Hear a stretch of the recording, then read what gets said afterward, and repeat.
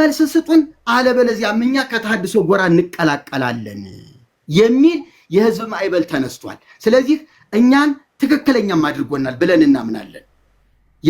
የኛ ትምህርት ትክክለኛ ግቡል መጥቷል። ወደ ፕሮቴስታንት መሄዱ ለጊዜው እኛ መሰብሰቢያ ቦታ ስላጣን ከዚህ አዳራሽ ነው ያለነው ኑ ከኛ ጋር አምልኩ ማለት ስላልቻል ድሆች ስለሆንና በየመጠለያው ተጠግተን ስለነበር እኛን ያጡ ሁሉ እውነት ሲገባቸው ፕሮቴስታንቱ ትክክል ነው በማለት ወደዚያ ሄደዋል።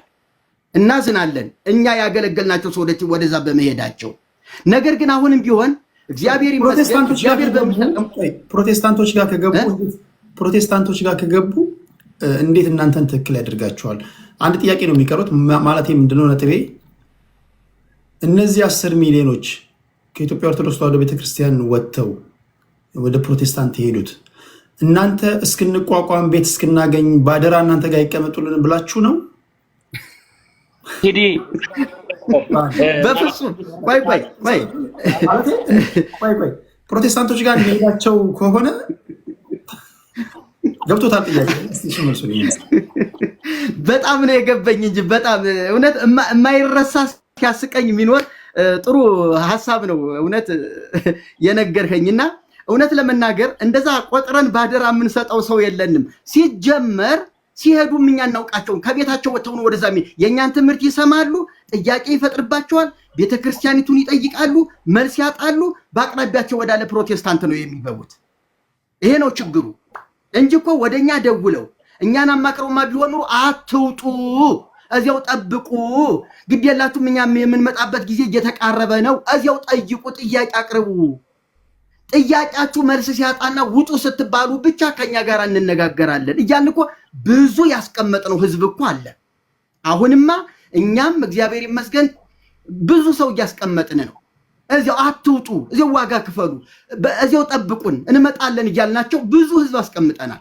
አሁን እኮ የኦርቶዶክስ ህዝብ ቢቆጠር እውነተኛ ኦርቶዶክስ የሆናችሁና ተሐድሶ የነካካችሁ እንዲያው በታማኝነት እስቲ ራሳችሁን ግለጡ ቢባል ግማሹ ህዝብ ከገጠር እስከ ከተማ የተሐድሶ ነው። እኛ ደርሰናል፣ አገልግለናል። እኛ ያላሰለጠነው ቄስና መርጌታ የለም፣ ሁሉም ተሐድሶ ሆኗል። አሁን ምንድነው ችግሩ? ደሞዝ እኛ መክፈል ስለማንችል እዚያስ ደሞዝ እየተከፈለው ዝም ብሎ የኛን መምጣት መሄድ እየናፈቀ በውስጥ መስመር እየተገናኘ እያገለገለ ይኖራል። አመሰግናለሁ እንጂ ፕሮቴስታንት ለመሆን እሺ። ደብረ ሊባኖስ ላይ ተደብድብ ያለው ብለዋል። ምናልባት የተደበደቡት ጥያቄው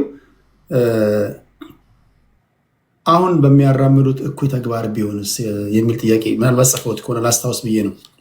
ደብረ ሊባኖስ ላይ እርሶ ለወንጌል ስል ነው የተደበደብኩት ብለዋል። ኢዮብ የጠየቀው ግን ምናልባት አሁን በድብቅ እንዲህ ያሉ ነገሮችን ሲያራምዱ በመገኘቱ ቢሆንስ አይነት ይዘት ያለው ጥያቄ ጠይቋል። እሱ መልስ ካሉት እሱን የተወሰነ ደቂቃ እርሱትና ወደ ሌሎች እንሄዳለን። ያልተመለሰ ሌላም ጥያቄ አለ። በቃ ችግር የለም። በቃ ካልተመለሰ ህዝቡ ይታዘባል። ሰዓትም ስለሌለን ቶሎ አልተነሳም ነው ማደራችን ያወሩበትም ሳይሆን አልተነሳም ነው። እንደውም አልተነሳም ነው። በቃ እሱን ሰመራይዝ ታደርጋላችሁ። የተወሰነ ደቂቃ ስጣችሁና ውሃ ቀለዋ መለስ እንዳናደርገው። እሺ መሪጌታ በዚህ ጉዳይ ላይ ምን ይላሉ?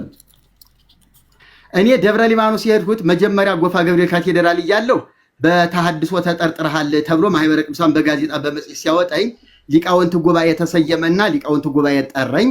በትክክል ተሐድሶ የሚለውን አቋም በሚገባ ሊቃውንት ጉባኤ 2 ወር ያህል ወስደን ተከራከርን። አይ እንደው እባክህን ያልከው ሁሉ ትክክል ነው፣ ስህተት የለበትም። ደግሞ ቤተክርስቲያኒቱ የተከራከሯት በራሷ ድርሳንና ገድል ነው። ያማልዳል የሚል አለ፣ ያስታርቃል ጠበቃ ነው የሚል አለ፣ ቅዱሳን ያማልዱ የሚል ከየገድላቱ በግዕዝ በአማርኛ ሃይማኖት አበው መጽሐፍ ስላለ ይነጋል መጽሐፍ ማንበብ ይቻላል። ይነጋል መጽሐፍ ላይ ሁሉን መስክሬበታለሁኝ። የሊቃውንት ጉባኤውን እና የኔን ክርክር፣ የሲኖዶሱና የኔን ክርክር እዚያ ላይ ያስቀምጫለሁ። ምናልባት ስፒሪቹዋል አማሪክ ቡክስ ብላችሁ ብትገቡ ጎግል ላይ ይነጋል መጽሐፍንም ታገኙታላችሁ። ከዚያ ላይ የሊቃውንት ጉባኤውና የሲኖዶሱ ጉዳይ እዚያ ላይ በደንብ ተገልጧል። ሲኖዶሱ መጨረሻ ላይ ተናግሬ ጨርሼ አውግዙኝ እንጂ አቋሜን አልቀይርም ብያቸው እና አቡነ ገብርኤል እና አቡነ አብርሃም በዚያን ጊዜ የነበሩት ያሁኑ አቡነ አብርሃም አይደሉም። በዚያን ጊዜ የነበሩት እና አቡነ አብርሃም እና አቡነ ገብርኤል ልጄ እኔ እንኳን አሉ አቡነ ገብርኤል 3 ጊዜ ተሳስተሃል ተብዬ ተወግዤ ንስሐ ገብቻለሁ። ምን አለ አንተስ ልጅ አይደለህ? ቤተክርስቲያኒቱን እኮ ታገለግላታለህ። እንዲሁ ዝም ብለህ እባክህን ና ልጄ እንደው ብለው አስገድደው የጳጳሳት ስም የተነሳ የተቋም ስም የተነሳ የሲኖዶስ ስም የተነሳ ስለሆነ ማስረጃ መብቴ ነው። በወቅቱ አባቶች የመከሩኝን ያነጋገሩኝን አባቶች ማስረጃ ማቅረብ ይችላሉ። በማንኛውም ሰዓት ቢጠየቁ ማስረጃ አሉት። ማስረጃ ነው የሚሉት። ማስረጃ ማቅረብ ይችላሉ። በሚገባ ማስረጃ አለኝ። በሚገባ ጳጳሳቱ የተፈራረሙበት ደብዳቤ እንኳን እቤቴ ነው እንጂ አሁን ሌላ ቦታ ሆኜ ነው ማነጋገር እንጂ ማስረጃው አለኝ። እያንዳንዱ ጳጳስ 35 ጳጳሳት የፈረመበት ማስረጃ አለኝ። እሺ ይነጋል መጽሐፍ ላይም ዘርዝሬዋለሁ ስማቸውን የጳጳሳቱን። እሺ ስለዚህ እኔ ሲኖዶሱ በእንደዚህ አይነት ሁኔታ ተጽዕኖ ሲያደርግ እሻልሁና ለመሆኑ ብናወግዝህ የት ትሄዳለህ ነው ያሉኝ። መጨረሻ ላይ አቡነ ጳውሎስ ብናወግዝህ ለመሆኑ የት ትሄዳለህ አሉኝ። አባታችን ብወገዝ የሊስትሮ ዕቃ ገዝቼ ከዚህ ቅድስት ማርያም ቤተክርስቲያን በር ላይ ከእናንተ መውጫ መግቢያ ተቀምጬ የእናንተን ጫማ እየጠረኩ በምትጥሉልኝ ሳንቲም ዳቦ እየገዛው እየበላው ይግባኝ ለክርስቶስ እያልኩ እኖራለሁ እንጂ የትም አልሄድም አልኳቸው። በዚህ ጊዜ አቡነ ጳውሎስ በጣም ልባቸው ተነካና ለመሆኑ ቅዱስ ጳውሎስ ከተሐድሶ እንዲጠራ ምን ቢደረግ ይሻላል ትላለህ ብለው ጠየቁኝ። ይህንን ይነጋል መጽሐፍ ላይ ነው እንግዲህ በህይወት ያሉ አባቶች እያሉ ነው ያን መጽሐፍ የጻፉት እኮ። ወንጀል ያለ አግባብ ስም አንስቼ ቢሆን እኮ ፍርድ ቤት የሚያቆመኝ ነገር እኮ ነው። ስለዚህ ወዲያውኑ ጳውሎስ ትምህርት ቤት ከተሐድሶ መናፍቃን እንዲጸዳ ቤተክርስቲያኒቱ የተሐድሶ መፍለጫ እየሆነች ነው፣ ይሄ የነገር እንዲስተካከል ምን ቢደረግ ይሻላል አሉኝ። አንድ ምሳሌ ብቻ የነገርኳቸው ይሄንን ተናግሬ ልጨርስ። ምንድነው ያልሁት? አንድ ስዕላዊ መግለጫ ነበር። ምናልባት ብዙዎች አሕዛብ ሊኖሩ ስለሚችሉ መናፍቅ ማለት ምን ማለት ነው? መናፍቅ ማለት ከፍሎ የሚያምን ሙሉ እምነት የሌለው ግማሽ የሚያምን ማለት ነው። ስለዚህ አንድ ላይ ስንወጣ እንወጣለን ተቀመጡ የጊዜ ጉዳይ ነው ያላችኋቸው ሰዎች የእናንተን መምጣት የሚጠባበቁ ከሆነ እነሱ መናፍቃን ሊባሉ ይችላሉ? እውነት ከገባቸውና በእውነት ላይ ተመስርተው ከቆሙ ቤተክርስቲያን ውስጥ መኖራቸው ምንም ችግር የለውም። ምክንያቱም ጌታችን ኢየሱስ ክርስቶስ በነበረበት ጊዜም እኮ እነ ዮሴፍ እና አርማትያስ ከአይሁድ ሸንጎ አብረው የሚውሉ ነበሩ። እነ ገማልያል እነ ኒቆዲሞስ እኮ ከአይሁድ ሸንጎ የሚውሉ ነበሩ። ግን እነዚህ በስውር የጌታ ደቀ መዛሙርት ነው የተባሉ እንጂ መናፍቃን አልተባሉ። እሺ ምንም ችግር የለውም። እሺ መሪጌታ እውነቱን መረዳቱ ነው ትክክለኛው። ግን የደብረ ሊባኖስን ታዲያ በዚህ መንገድ ልጨርስልህ። ደብረ ሊባኖስ በዚህ ሁኔታ 2 ደቂቃ ጨምር ይሉታል። እሺ አመሰግናለሁ።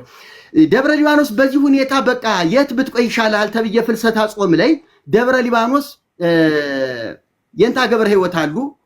መጀመሪያም አዲስ አበባ ከመግባቴ በፊት ያስተማሩኝ ከእሳቸው ጋር ሂጄ ብቆይ ይሻላል ብዬ የእሳቸውን አባትነት መርጬ ነው ደብረ ሊባኖስ የሄድኩት እንጂ ሲኖዶሱ አምኖበት ለጸባቴው ለገዳሙ መምህር 2 ደብዳቤ ተጽፎ ማረፊያ ቦታ ስጡት፣ ለሚጠይቀው ጥያቄ መልስ ስጡት፣ መስከረም 1 እንዴት እንደቆየ ከእናንተ ጋር ደብዳቤ መሸኛ ደብዳቤ አስይዛችሁ ላኩልን መልሱልን ተብሎ መስከረም 1 ስራ ሊጀምር ነው ደብረ ሊባኖስ የሄድኩት። ግን በሸንጎ ቢረታ ሚስቱን እቤት መታ እንደሚባለው መጀመሪያም ከሳሹ ማህበረ ቅዱሳን ነበረ። በሊቃውንት ጉባኤም ሆነ በሲኖዶስ ማህበረ ቅዱሳን መልስ ሲያጣ ሲረታ ጥሩ ቦታ ያገኘው ደብረ ሊባኖስ ነው። መናፍቁ ጽጌ አባታችን ተክለ ሃይማኖትን የተሳደበው መጣ። እዚህ ምን ሊሰራ ነው? እንዲያውም ያን ጊዜ ዘመቻ ፊልጶስ የሚባል የፕሮቴስታንት እንቅስቃሴ ነበረ። የአንድ ሰሞን የሆነ የወንጌል ምስክርነት የሚባል ያንን እንትን ምንድነው ያንን ሊያገለግል ያንን ሊመሰክር ነው የመጣ ተብዬ በእውነት ነው ምልህ ዱላ የያዘ በዱላ በድንጋይ በብረታ ብረት ቀጥቅጠው ገደሉኝ። ከዚያ በኋላ ሬሳ የተጥሎ ሳላውቅ አዲስ አበባ መጥቼ ሆስፒታል ተኝቼ 1 ወር በኋላ ነው ራሴን ያየሁት። ጭንቅላቴ ተፈረካክሶ ነበረ። አቡነ ጳውሎስ ናቸው በአስቸኳይ ሆስፒታል የትም ሆስፒታል ወስዳችሁ እንድታሳክሙት ብለው ቤተ ክህነት ወስደው ሲጥሉኝ አቡነ ጳውሎስ ናቸው ያሳከሙኝ። ስለዚህ ከዚያ በኋላ ሲሻለኝ ደብዳቤ ጽፌ መጥቼ ጉዳዩ እንዲታይልኝ ብዬ ሳመለክት አቡነ ቄርሎስ አይ ልጄ ዘገየህብኝ እኮ ብለው እንደገና ትንሽ አደከሙኝ። ከዚያ በኋላ ያው ሌሎች ስራ አስኪያጆች እየተተኩ እኔን ማጉላላት ጀመሩ። አረባካችሁን አታበሳጩኝ፣ አረባካችሁን ብዬ ብለምን መልስ ሊሰጡኝ አልቻሉም። ከዚያ በኋላ ይነጋል የሚል መጽሐፍ ጻፍኩና እኔ ተሐድሶ እንደሆንኩ እንጂ ፕሮቴስታንት እንዳልሆንኩ አሁንም ኦርቶዶክስ ሆኜ እንደምቀጥል መቼውንም ፕሮቴስታንት እንደማልሆን የቤተ ክርስቲያን ልጅ ሆኜ እንደምቀጥል ብዬ አቋም መግለጫ ይነጋል መጽሐፍን ጽፌ አሰራጨው። በዚህ ሁኔታ ተጠናቀቀ። እሺ ከልብ ነው የማመሰግነው። ምናልባት እሳቸው ባሉት ላይ 6 ደቂቃ የምትጨምሩት ነገር ካለ ለሀብታሙ ልስጥና ካልሆነ አሁን ምንድነው ማድረገው? አንድ ጊዜ አሁን ምንድነው ማድረገው? ለሚነሱ ይሰጣሉ 6 ደቂቃ ይሰጣሉ። ለሚነሱ ጥያቄዎች ማክሲመም የምሰጣችሁ 8 ወይ 9 ደቂቃ ነው።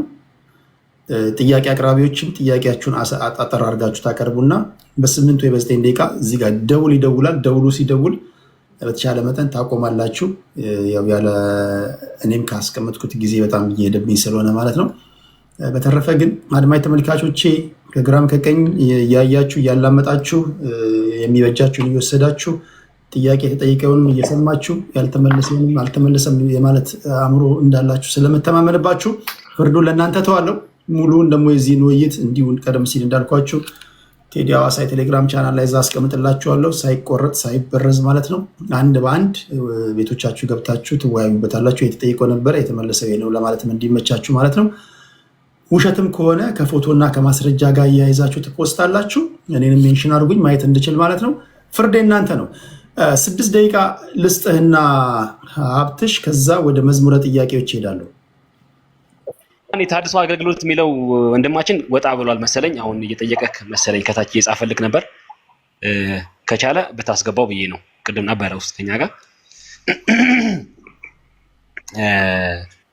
ብርሃን የተሐድሶ አገልግሎት። አዎ ሁለተኛ አንድ ነገር ብቻ እዚህ ጋር ከታች ትንሽ ሚስ አንደርስታንድ አድርገው እንዳይሄዱ እሳቸው የተናገሩት ነገር አሁን ደብድበው ገደሉኝ እና ከዛ በኋላ ይሄ ገደሉኝ የሚለው ቃል እንደው በሰሜኑ የሀገራችን ክፍል የተለመደ ንግግር ነው እና እሳቸውም ብዙዎቻችንም የሰሜኑ የሀገራችን ክፍል ተወላጅ ስለሆንን እንደዚህ ቋንቋ የዘዬ ጉዳዮች ናቸው እንጂ አንዳንዶች እንደሚቀልዱበትና እንደዛ መጋለም እና ይሄን ነገር ብንረዳው በጣም ጥሩ ነው ብዬ አስባለሁ። ትልቅ ኢሹ ሆኖ ሳይሆን የራሳችንንም የቋንቋንም ግንዛቤ ግምት ውስጥ የሚጥል ነገር ነውና ገደሉኝ ሬሳይን እንትን አደረጉት የሚለው ነገር በአብዛኛው ከከባድ ጉዳት መዳንንና ከባድ ድብደባን በተመለከተ የሚነገር የሰሜኑ ሀገራችን ክፍል ህዝብ የሚናገረው ንግግር ነው። ባጭሩ ይሄን ለመናገር ነው። ሁለተኛ እንደ ወንድማችን ኢዮብ በጣም ታንኪዩ በነገራችን ላይ ያነሳቸው በጣም ጨዋነት የተሞላባቸው ጥያቄዎች፣ የእውነት እግዚአብሔር በሚያውቀው በጣም ጨዋነት በተሞላቸው ጥያቄዎች ጉዳዩ ላይ በቂ ግንዛቤ ባላቸው ጥያቄዎች ባቀረበበት መንገድ በጣም ታንኪዩ ማለት ፈልጋለሁ። እንደ ወንድም በጣም ታንኪዩ ማለት ፈልጋለሁ። አንዳንድ ሰው ለመወደድ ብሎ እንዲሁ ዝም ብሎ ጉዳዩ ላይ በቂ ግንዛቤ ሳይዝ እንዲሁ እንደሚናገረው ሳይሆን ራሱንም ግምት ውስጥ በማይጥል ሁኔታ ለጠየቁ ጥያቄ ኢዮብን ወንድሜን በጣም ታንኪዩ ማለት ፈልጋለሁ። ሁለተኛ እሱ ያነሳቸውን ነገሮች መርጌታ ጽጌ በጣም በዲቴል በዝርዝር ሄደውበታል። ግን አንድ ሁለት ነገሮችን ብቻ ላንሳ። መጽሐፍ ይመርመር ማለት ቤተክርስቲያን ትታደስ ማለት ነው ወይ ብሎ ወንድማችን ኢዮብ ጠይቋል። እንግዲህ በነገራችን ላይ በመጨረሻው ምናልባት ሰመራይዝ ስናደርግ ቤተክርስቲያን መታደስ ይገባታል ብለን የምናስባቸውን ያስቀመጥናቸውን የሰነድ የዶክመንት ማስረጃዎቻችንን እናቀርባለን። በጣም በቅርቡ ለቅዱስ ሲኖዶስ የምናቀርበው ለአባቶቻችን የምናቀርበው ይሄ ዝም ብሎ ለማህበራዊ ሚዲያ ፍጆታ ለቨርቹዋል ሚዲያ ፍጆታ የሚውል ሳይሆን በቤተክርስቲያኒቱ የቋንቋ ሊቃውንት የተጠና በቤተክርስቲያኒቱ ሂስቶሪያንስ የተጠና የቤተክርስቲያኒቱ ጉዳይ ይመለከተኛል ብለው በሚያስቡ ሰዎች በባለሙያዎች የተጠና የቤተክርስቲያኒቱን የወደፊትም መጻኢ ዕድልና እጣ ፈንታም ዲተርማይን ሊያደርግ በሚችል ሁኔታ ቤተክርስቲያን ተሐድሶ ማድረግ አለባት ብለን የምናስባቸውን 4 መሰረታዊ የተሐድሶ ዋና ዋና ፒለሮች መጨረሻ ላይ እናስቀምጣቸዋለን። ሐሳቡን ዝም ብሎ በወፍ በረር ቅኝት እናስቀምጣቸዋለን። ነገር ግን መጽሐፍት ይመርመሩ ማለት ቤተክርስቲያን ትታደስ ማለት ነው የሚለው አንዱ ጥያቄዎቻችን እኮ በመጽሐፍቶቻችን ውስጥ የተገኙ መጽሐፍ ቅዱሳዊ ያልሆኑ ትምህርቶች አሉ ነው። መጽሐፍ ቅዱሳዊ ያልሆኑ ስነ መለኮታዊ ፍታቴዎች አሉ ነው። ይሄንን እኮ እኛ አይደለም እያልን ያለነው እኮ ይሄን እኮ እኛ እያልን ያለነው አሁን በቤተክርስቲያኒቱ ያሉ አሁንም ድረስ ያሉ መምህራን ሰባኪያነ ወንጌሎች የቤተክርስቲያኒቱ ሊቃውንት ከሊቃውንቱ ጉባኤ ጭምር እንኳን ሳይቀር መጽሐፍቶቻችን ችግር እንዳለባቸው መጽሐፍቶቻችን ሲፈተሹ በእርግጥ ችግር እንደተገኘባቸው አሁን ግልጽ የወጣ ጉዳይ እኮ ነው። እንደውም እኛ እኮ አሁን የገድላትንና የድርሳናትን ጉዳይ እኮ የማናነሳበት ዘመን ላይ እኮ ደርሰናል እኮ ባይዘው። አሁን ኢሹ አይደለም ለኛ። አሁን ገድላት ያስፈልጋሉ አያስፈልጉም? መጽሐፍቶች ኦልሬዲ ይሄ ጉዳይ የህዝቡ አጀንዳ ሆኗል። የመመኑ መነጋገሪያ ሆኗል። መጽሐፍቶች ለሃይማኖት መከራከሪያ ሊበቁ አይገባቸውም የሚሉ የለውጥ ጥያቄዎቻችንን ከኛ ተቀብለው ምናልባትም ተገቢም ነው ብዬም አስባለሁ የሚያነሱ እኮ ኦርቶዶክሳውያን እኮ አሉ እኮ። ስለዚህ መጽሐፍቶች ይመርመሩ ማለት አንዱ ቤተክርስቲያን የወደቀችው በመጽሐፍቶቿ ነው። ሚስ ያደረገችው መጽሐፍቶቿ ነው። የስተት ትምህርቶች የተገኙባት በመጽሐፍቶቿ ነው። እነዚህ ደግሞ ዛሬ የበቀሉ ጉዳዮች አይደሉም። ዛሬ የተገኙ ጉዳዮች አይደሉም። ትናንት ከትላንት ወዲያ ቅድም መርጌታም ጽጌ ወንድማችንን ብርሃንም ሲናገር ነበር። በይሁዲት ጉዲት በደረሰባት ወረራ፣ በነግራኛ አህመድ በደረሰባት ውድመት፣ ቤተክርስቲያኒቱ ባለፈችባቸው በብዙ ጣውረዶች ብዙ መጽሐፍቶቿ ተቃጥለዋል። ብዙ መጽሐፍቶቿ ወድመዋል። ከግምጃ ቤቶች ቅርሶቿ ወድመዋል፣ ተቃጥለዋል። ይልቁንም አምልኮት የምትፈጽምባቸው መጽሐፍቶቿ ከመቃጠላቸው የተነሳ ግምጃ ቤቶቻችን ባዶ ከሚሆኑ ከሚል መነሻ ምንም እንደምታውቀው ቤተክርስቲያኒቱ አገሪቱ የጻፊያን ሀገር ነች። የጽሁፍ ችግር ቤተክርስቲያኒቱ ላይም አገሪቷም ላይ የለም። እመቤቴ ተገልጣልኛለች፣ ቅዱሳን ተገልጠውልኛል፣ ቅዱስ ገብርኤል ጻፍ ብሎኛል፣ እንደዚህና እንደዚያ በማለት የተለያዩ ህልም አለምን ራእይ ተመለከትን ብለው በጫካ ቁጭ ብለው መጽሐፍቶችን እየጻፉ እያጻፉ በውድመት የጠፉ መጽሐፍቶችን ለመተካት በሚል ስያሜና እሳቤ ግምጃ ቤቶቻችንን የሞሉ መጽሐፍቶች ችግር እንደተገኘባቸው፣ መሰረታዊ የስነ መለኮት ህጸት እንደተገኘባቸው፣ መሰረታዊ የስነ መለኮት ግድፈት እንደተገኘባቸው ስለታወቀ ይጨርሻለሁ እንዲታረሙ ማድረጓ አንዱ የተሐድሶ ትሩፋት ነው። ስለዚህ እየታረመች ነው። እኛም ሳናቅ እኮ ታምረ ማርያም ምናልባት መርጌታ በዚህ ጉዳይ ላይ ግዙኝ ይችላሉ። ታምረ ማርያም እኮ ግልጽ ባልሆነ መንገድ ስንጠይቃቸው የነበሩ መጽሐፍቶች አሁን በመጨረሻው አይ ቲንክ 7ኛው እትም ይመስለኛል ብዙ የጠየቅናቸው ጥያቄዎቹ ታርመውና ተቀንሰው እኮ አዲስ ህትመት እኮ ታትሟል እኮ። ይሄም በቂ ነው ብለን ባንልም አንዳንድ ያነሳናቸው ጥያቄዎች የነቀስናቸው ችግሮች እኮ አዲስ በታተመው እኮ ታምረ ማርያም ላይ እኮ ተነቅፈው ወጥተው እኮ አግኝተናል። ስለዚህ ተሐድሶ ማለት ይሄ ካልሆነ ተሐድሶ ማለት ምን ማለት ነው? በቂ ነው ወይ? አይደለም። ቀሪ ስራዎች አይቀሩም ወይ? ይቀራሉ። ነገር ግን በበቂ ሁኔታ ባይባልም መጽሐፍቶቿን እየመረመረች ትምህርቷን እየመረመረች እንደውም በሊቃውንት ጉባኤ ሳይመረመር የትኛውም ገድልና ድርሳን ተአምር ለአገልግሎት መዋል የለበትም ብለው እኮ ብፁዕ አባታችን እኮ ተናግረዋል። ይሄ የተሐድሶ ፍሬና ትሩፋት እንደሆነ መናገሩ እውቅና መስጠቱ ተገቢ ነው ብዬ አስባለሁ። እግዚአብሔር ይስጥልኝ። አመሰግናለሁ። እሺ፣ ከልብ አመሰግናለሁ። አሁን 3 ሰዎች በተከታታይ ጥያቄ ያቀርባሉ። 3ቱንም ጥያቄዎች እጥን ምጥን አድርገው እንደሚያቀርቡ ተስፋ አድርጋለሁ። ከዛ ጥያቄዎቻቸውን በደንብ ትጽፉና እናንተ በመሰላችሁት መንገድ ትመልሳላችሁ። ህዝብም አብሮ ይሰማል፣ ምላሻችሁንም አብሮ ይታዘባል ማለት ነው። መዝሙረ ይጠይቃል። ከዛ ወደ ብሬ እንሄዳለን። ከዛ ወደ ዮሐድ 3 ተከታታይ ጥያቄዎችን ያቀርቡላችኋል። ከዛ ምንድነው ማደርገው ለጥያቄ አቅራቢዎች የምሰጠው ከጥያቄው ጋር ለእያንዳንዳችሁ 5-6 ደቂቃ ምናልባት 6 ደቂቃ ብዙ ነው። 5 ደቂቃ ሰጣችኋለሁ ለጥያቄና ለመናገር። ስለዚህ ሶስታችሁም 15 ደቂቃ አላችሁ።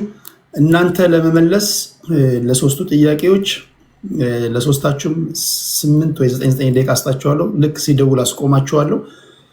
ከዛ መጨረሻችን ተሰነባብተን ነው የምንለያየው። ይሄን ነው የማደርገው።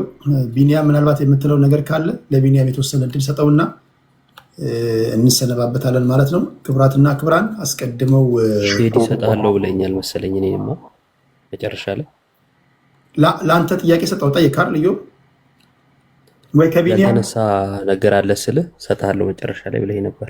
አዎ የጠየካቸው ጥያቄዎች አሉ።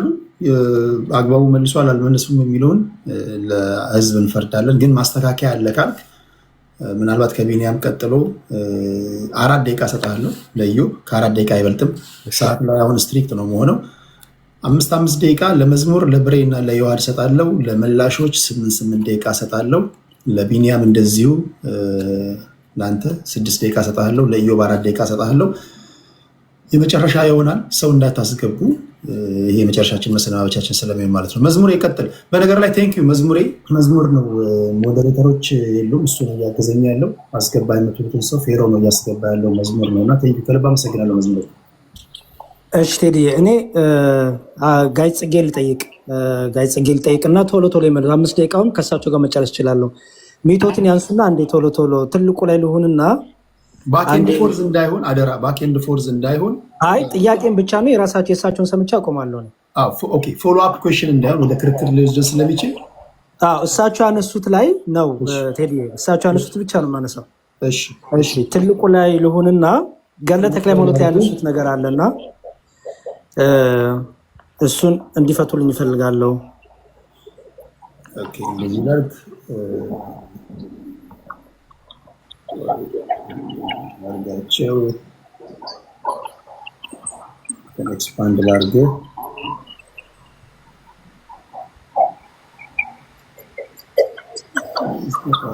ኤክስፓንድ ላድርገው። ኦኬ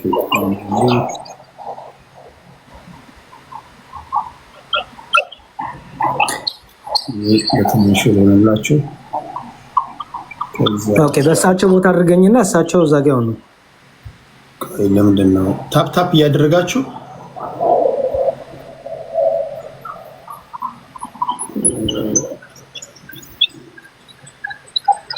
ያንተን ኤክስፓንድ ለማድረግ የሞከርኩ ነገር አልመጣም። ኦኬ ለካስላት አሁንም አልመጣም።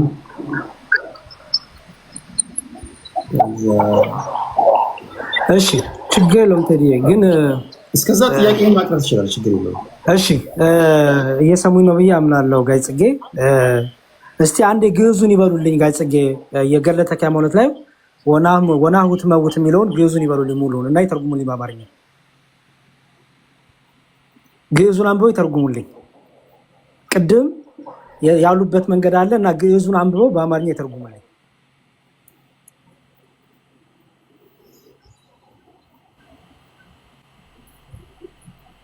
ወናሁ ትመውት በሕማም ብድብድ የሚለው ማለት ነው።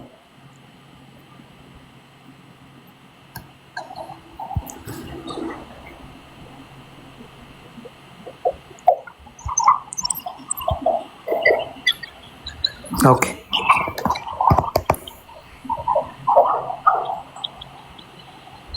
ያው አውጥቼሎታለሁ። ከፈለጉ መጽሐፉ አለኝ እጄ ላይ፣ ከዚህ ማንበብ ይችላሉ። ማይኮት ሚዩት ነው፣ ሚዩት ላይ ነው። እሺ ይቅርታ፣ እዚህ ላይ የሚያስኩትን እናነበዋለን፣ የሱንም እናነበዋለን። ግዕዙን አንብበው አማርኛ ተርጉሙልኝ ቶሎ ይበሉልኝ እኮ ላነበው ነው። እሺ ወናሁ ትመውት በሕማመ ብድብድ በእኩይ ሞት ወሬስ ይለከ ኪሃ ከመስቅለቴ ወከመ ደመ ሰማዕታት እለም ቅድሜከ አኮለ ባሕቲትከ አላ ደቂቅከኒ እለ ይመውቱ በሕማመ ብድብድ በውስተ ዛቲ ገዳም እሄልቆሙ ምስለ ሰማዕታት ወአውፍዑም ለከ በመንግስተ ሰማያት። ምን ማለት ነው? አማርኛው ይተርጉሙልን። እነሆ በክፉ ሞት በተቅማጥ በሽታ ትሞታለህ። ቀጥታ እንደተጻፈ ችግር የለውም። እሷንም እንደ ስቅለቴና ካንተ በፊት እንደነበሩ ሰማዕታት ደም እቆጥርልሃለሁ። እሺ ቅድም ያሉት ምን ነበረ? እንደ ደሜ እቆጥርልሃለሁ ብሎታል ብለው ነበረ ቅድም ያዋሹት። አሁን ግን የሚለው እንደ ሰማዕታት ደም የሚለው ይኸው። አንዴ ቆይ ልጨርስልዎት። አንዴ እሺ ጥያቄ ልጨርስልዎት። ክፍሉም ያን የሚያወሳው ምንድነው? ብድብድ ምን ማለት ነው? በነገራችን ላይ በግዕዝ ተቅማጥ፣ ብድብድ በመጽሐፍ ቅዱስ ብድብድ ተብሎ በግዕዙ መጽሐፍ ቅዱስ ብድብድ ተብሎ የሚቀመጠው ምንድን ነው? ቸነፈርም ይባላል። ቸነፈር፣ መቅሰፍት፣ በሽታ አይደል? ይኸውልህ ቸነፈር፣ በሽታ፣ ወረርሽኝ፣ ተቅማጥ አንድ አይነት ነው። አሁን አንዴ ቆይ ገዳሙ አንዴ ጥያቄ ልጨርስ። አንድ ጊዜ እኔ ነገሮች ወዴት እንደሚሄዱ ስለማት ነው። አንድ ጊዜ ጥያቄህን መዝሙር ኮምፓይል አድርገህ አቅርበላቸው። ኦኬ እሺ፣ ከዛ እሳቸው ይመልሱ። ደቂቃ ስላነሰ ደቂቃ ይሄን 5 ደቂቃ ሰጥቻለሁ። ባክኤንድ ፎርዝ አልፈቅድም። ባክኤንድ ፎርዝ ፎሎ አፕ ኩዌስችን አታርግ፣ ወደ ጭቅጭቅ ወደ ክርክር ስለሚወስደን ማለት ነው። አንድ ጊዜ ጠይቃቸውና ከዛ እሳቸው ይመልሱ። እሺ ጥሩ። እሺ ሁሉንም ስለማዳርስ እሳቸውን ብቻ ጠይቄ ወደ ሌሎቹ ሄዳለሁ። ሰው የመጀመሪያው ጠይቅ ቅድምን ብለው ነበረ። እንደ ደሜ እቆጥርልሃለሁ፣ ደሜ ሆኗል። የተክለ ሃይማኖት ብድብድ ወይም በሽታ ነው የሚለው ባይዘወይ አማርኛው ተቅማጥ ነው የተረጎመው እንጂ ብድብድ የሚለው በሽታ እንደ ወረርሽኝ እንደማለት ነው፣ ፕላግ እንደማለት ነው። እንግሊዝኛው ማሳየት እችላለሁ። እና የሚለው ምንድን ነው? ይኸው ከላይ ስታነቦት ሄዲ ምን ይላል? ብፁዕ አባታችንም ጌታዬ ሆይ ወደ ሰማዕትነት አደባባይ ሄጄ በስምህ እንድሞት እዘዘኝ። ጌታም መጋደልንስ ፈጽመ ከሞት በቀር ምንም አልቀረህም አለው። ቪዲዮ አብርተህ ከሆነ አይታየንም። ቪዲዮ አብርተህ ከሆነ ማለት አብርቻለሁ። አይታየንም። ኦኬ ቆይ ድጋሚ ላጥፋና ላብራ። ይታያል እኮ ለማን ነው የሚታየው? ለእኔ አይታየኝም።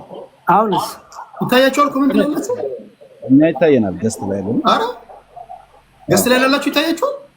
ይታየናል። ለእኔም ይታየኝ። ቀረብ አድርገው ይታያል እያሉ ወደ ስክሪኑ ቀረብ አድርገው። ቪዲዮ ለእኔ አልበራ። ኦኬ ቪዲዮ ለእናንተ ከታያችሁት ኦኬ። ለእኔ ቪዲዮ ስላልታየኝ እሺ እኔ እያነበብኩ ልቀጥል። ሻዶ ባንድ ሀሳቡ ጌታም በስራ ሁሉ እነሆ እኔን ተከተል። ወዳጄ ተክለ ሃይማኖት ሆይ አሁንም በመንግስተ ሰማያት መንግስቴን ከኔ ጋር በሞት ልትመስለኝ ይገባሃል ሲለው ተክለ ሃይማኖት ምን አለ ይላል? እጆቼን እግሮቼን በመቸንከር በመስቀል እንጨት ላይ ተሰቅዬ ሞትኩ እንጂ እንደ ሰው ሁሉ በሌላ ሞትኩ አይደለም ይላል ክርስቶስ። ተክለ ሃይማኖትም ብፁዕ አባታችንም ጌታዬ ወደ ሰማዕትነት አደባባይ ሄጄ በስምህ እንድሞት እዘዘኝ አለው። ጌታም መጋደልንስ ፈጽመ ከሞት በቀር ምንም አልቀረህም አለው። እነሆ በክፉ ሞት በተቅማጥ በሽታ ትሞታለህ። በነገራችን ላይ ተቅማጥ በሽታ አይደለም በራሱ መቼም ማንም ሰው ይገባዋል። ተቅማጥ የአንድ በሽታ ሪዛልት ነው እንጂ በራሱ በሽታ አይደለም። መቼም ይህንን ሳይንስ ማስተማር አይጠበቅብኝም። በመቅሰፍት በዛ በሽታ ትሞታለህ ነው እና እሷንም እንደ ስቅለቴና ከአንተ ፊት እንደነበሩ ሰማዕታት ደም እቆጥርልሃለሁ ነው የሚለው። እንደ ሰማዕታት ደም እቆጥርልሃለሁ ነው እንጂ የሚለው ቅድም እሳቸው ግን መቼም አንብበውታል ብዬ አምናለሁ። ስለዚህ ትክክል ያልተናገሩት የዋሹት ነገር ምንድን ነው? እንደ ራሴ ደም አድርጌ እቆጥርልሃለሁ ብሎታል የሚለው ትክክል አይደለም። እሱ እንዲያጠሩልኝ ይፈልጋለሁ። ሌላው ደግሞ ለድምፀ ተዋህዶና ለብርሃን ላከፋፈል። ድምፀ ተዋህዶ ለእርሶ የምሰጠው የተሐድሶ የቁርባን ትምህርታችሁ ምንድን ነው? ታርጌት አድርገህ ንገረኝ ፕሊስ። የተሐድሶ የቅዱስ ቁርባን ትምህርታችሁ ምንድን ነው? እውነተኛ ጌታ ስጋና ደሙን የምታስቡት መታሰቢያ ነው የምትሉት? ህይወት አይሰጥም ይሰጣል ነው የምትሉት? ምንድን ነው የምትሉት? የቅዱስ ቁርባን ትምህርት ብቻ ፎከስ አድርገህ ንገረኝ። ብርሃን ደግሞ ለአንተ ደግሞ የምሰጥ የጥምቀት ትምህርታችሁ ንገረኝ። የጥምቀት ትምህርታችሁ ምንድን ነው? እንደ ተሐድሶ የጥምቀት ትምህርታችሁ ምንድን ነው? የህፃናት ጥምቀት ትቀበላላችሁ? ጥምቀት ለኃጢአት ስርየት ብላችሁ ታምናላችሁ? የህፃናት ጥምቀት አትቀበሉም? የጥምቀት ዶክትሪናችሁ ምንድን ነው? ተመልሼ ለመሪ ጌታ ለጋይ ጽጌ የምጠይቃቸው ደግሞ ምንድን ነው የልሳን ልምምድ አላችሁ ወይ? ልሳን ትናገራላችሁ? በልሳን ትምህርት ላይ ያላችሁ አቋም ምንድን ነው? ልሳን መጽሐፍ ቅዱሳዊ ነው ወይስ አይደለም? ልሳን የተባለ ትምህርት አለ በፕሮቴስታንቱ ዓለም። እናንተ ልሳን ትናገራላችሁ? የልሳን ልምምዳችሁ እንዴት ነው? ይሄ ለጋይ ጽጌ ነው። ተመልሼ ድምፀ ተዋህዶ እያስክ ለአንተ ደግሞ የምጠይቅ ምንድን ነው ንጥቀት ትምህርታችሁ ምንድን ነው? እንነጠቃለን ብላችሁ ታስተምራላችሁ እንደ ፕሮቴስታንቱ? ምክንያቱም ከእነሱ ጋር ብዙ ህብረት ስለምታደርጉ ንጥቀት ትምህርት ጌታ መጥቶ ይነጥቀናል፣ 1000 ዓመት እነግሳለን እንዲህ የሚል ትምህርት አላችሁ። ንጥቀት ላይ ያላችሁን አቋም ብትነግረኝ። ከዛውም 3 አይነት ንጥቀት አለ። የትኛውን ትምህርት ነው እናንተ የምትቀበሉት? እሱን ሰጥሃለሁ። ብርሃን ዘተዋህዶ ደግሞ ኢየሱስ ክርስቶስ ስንት ባህሪ ነው? አንድ አካል አንድ ባህሪ ወይስ አንድ አካል 2 ባህሪ? ምንድነው የተሐድሶ እምነት በክርስቶስ ላይ? ኦርቶዶክስ እንዲህ ትላለች፣ እሱ አይደለም። አሁን እናንተ ማን ናችሁ? እናንተ ትምህርታችሁ ምንድን ነው?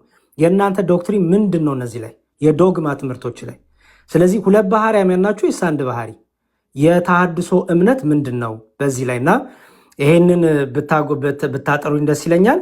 በተረፈ በመጽሐፍ ቅዱስ አንድ ጥቅስ ልስጥና ይሄን ቢፈቱልኝ። እሱ ምንድነው? ከ3 አንዳቸውን መፍታት ይችላሉ።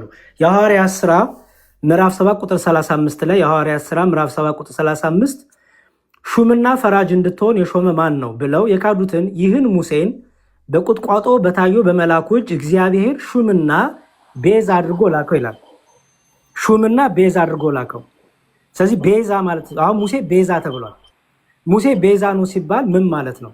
በመጽሐፍ ቅዱስ ቤዛ የተባሉ ብዙ አሉ ከክርስቶስ ሌላ። ስለዚህ ቤዛ የሚለው ምን ማለት ነው? ይሄ እንድተረጉሙን ይፈልጋለሁ።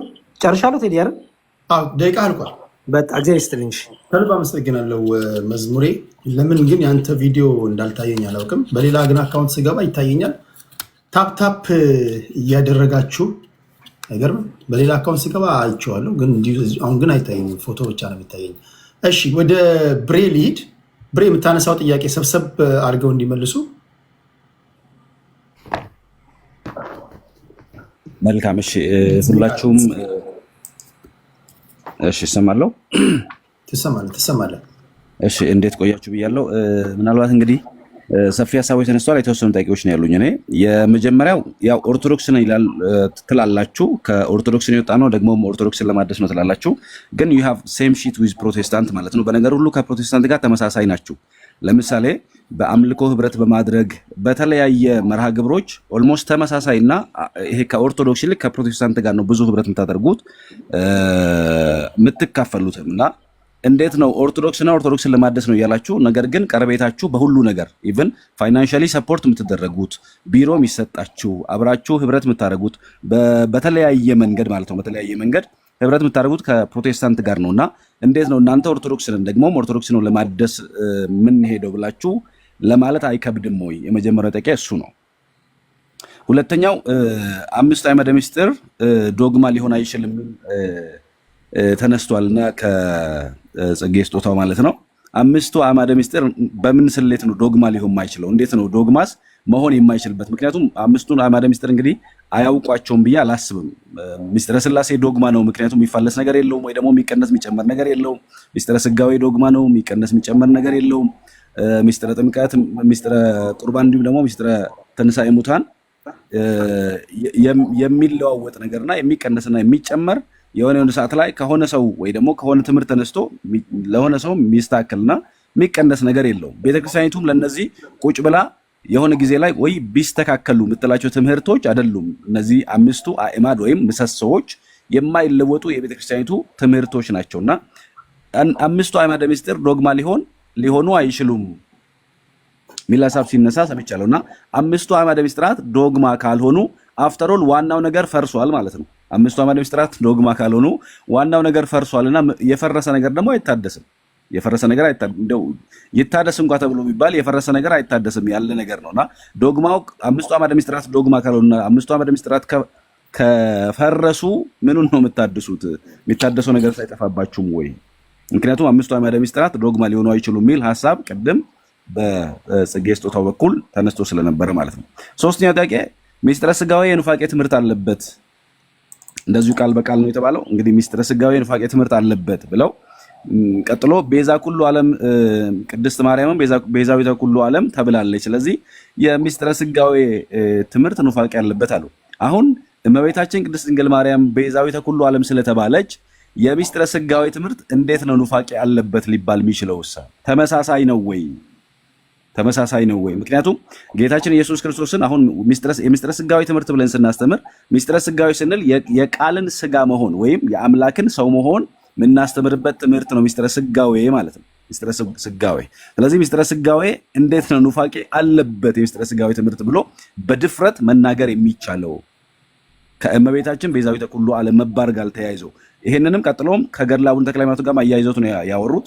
ገድለ አቡነ ተክለ ሃይማኖትን አንስቶ እመቤታችን ቤዛዊተ ኩሉ ዓለም ተብላለች የሚለውን ሐሳብ አንስቶ ምስጢረ ሥጋዌ ቤዚክ ትምህርታችን ቤዚክ ዶክትሪናችን ኑፋቄ አለበት ብሎ መናገር ስህተት አይደለም ወይ? ወይስ ደግሞ እንዴት ነው ይሄንን ሊናገሩ የቻሉበት ምክንያት ምንድን ነው? ምክንያቱም ለምሳሌ ጌታ አዳኝ ተብሏል፣ መላእክትም ያድናሉ ወይ ደግሞ አዳኝ ተብለዋል። መላእክት አዳኝ ስለተባሉ የጌታ አዳኝነት ወይ ኑፋቄ ያለበት ማለት እንችላለን ከተባለ እንግዲህ እሱን መልሱን ለእርሶ ተዋለው ማለት ነው። አራተኛው ጥያቄ ጥምቀት ላይ ጥያቄ ያለን፣ ምስጢረ ቁርባን ላይም ጥያቄ ያለን ብላችኋል። እንግዲህ ስለ ምስጢረ ቁርባንና ስለ ምስጢረ ጥምቀት በግልጥ መጽሐፍ ቅዱስ ላይ የተጻፈ እውነት ሆኖ እያለ በግልጽ በቀደሙት ጉባኤያትም ላይ ተጽፎ የተቀመጠ ነገር ሆኖ እያለ እንዴት ነው ምስጢረ ጥምቀት ላይ ጥያቄ ያለን፣ ምስጢረ ቁርባን ላይ ጥያቄ ያለን እያላችሁ ምኑን ነው የምትጠይቁት? ምኑን ነው ደግሞስ የምታድሱት የምታስተካክሉት የሚለው? አምስተኛ ቤዛ ደም ብቻ ነው ብለዋል፣ በግልጽ ቋንቋ ማለት ነው። ጽጌ ስጦታው ቤዛ ደም ብቻ ነው፣ በብሉይም ቢሆን ቤዛ ደም ብቻ ነው ብለዋል። በእርግጥ ቤዛ ደም ብቻ ነው የሚል ትምህርት ቤዛ ደም ብቻ ነው የሚል ትምህርት መጽሐፍ ቅዱስ ላይ አለ ወይ? ቤዛ ደም ብቻ ነው ከተባለ ለምሳሌ እንግዲህ መጽሐፍ ምሳሌ ምዕራፍ 13 ቁጥር 8 ላይ ለሰው ነፍስ ቤዛው ሀብቱ ነው ይላል። ለሰው ነፍስ ቤዛው ሀብቱ ነው ይላል። እንግዲህ ሀብት ቤዛ ስለተባለ ሀብትም ቤዛ ተብሏል። ቤዛ ደም ብቻ ነው የሚለው ሐሳብ አይጋጭም ወይ? እሺ የመጨረሻ ደቂቃ አልቋል። 5 ደቂቃ ጠይቃል። እሺ ወደ ዮሐድ እንሄዳለን። አንዳንድ የተደጋገሙ ለምሳሌ በመዝሙር ይህንን እየመለስን ብንሄድ አይሻልም? እንዳይደጋገም ጥያቄ እንዳይበዛ የተደጋገመውን ትዘላላችሁ።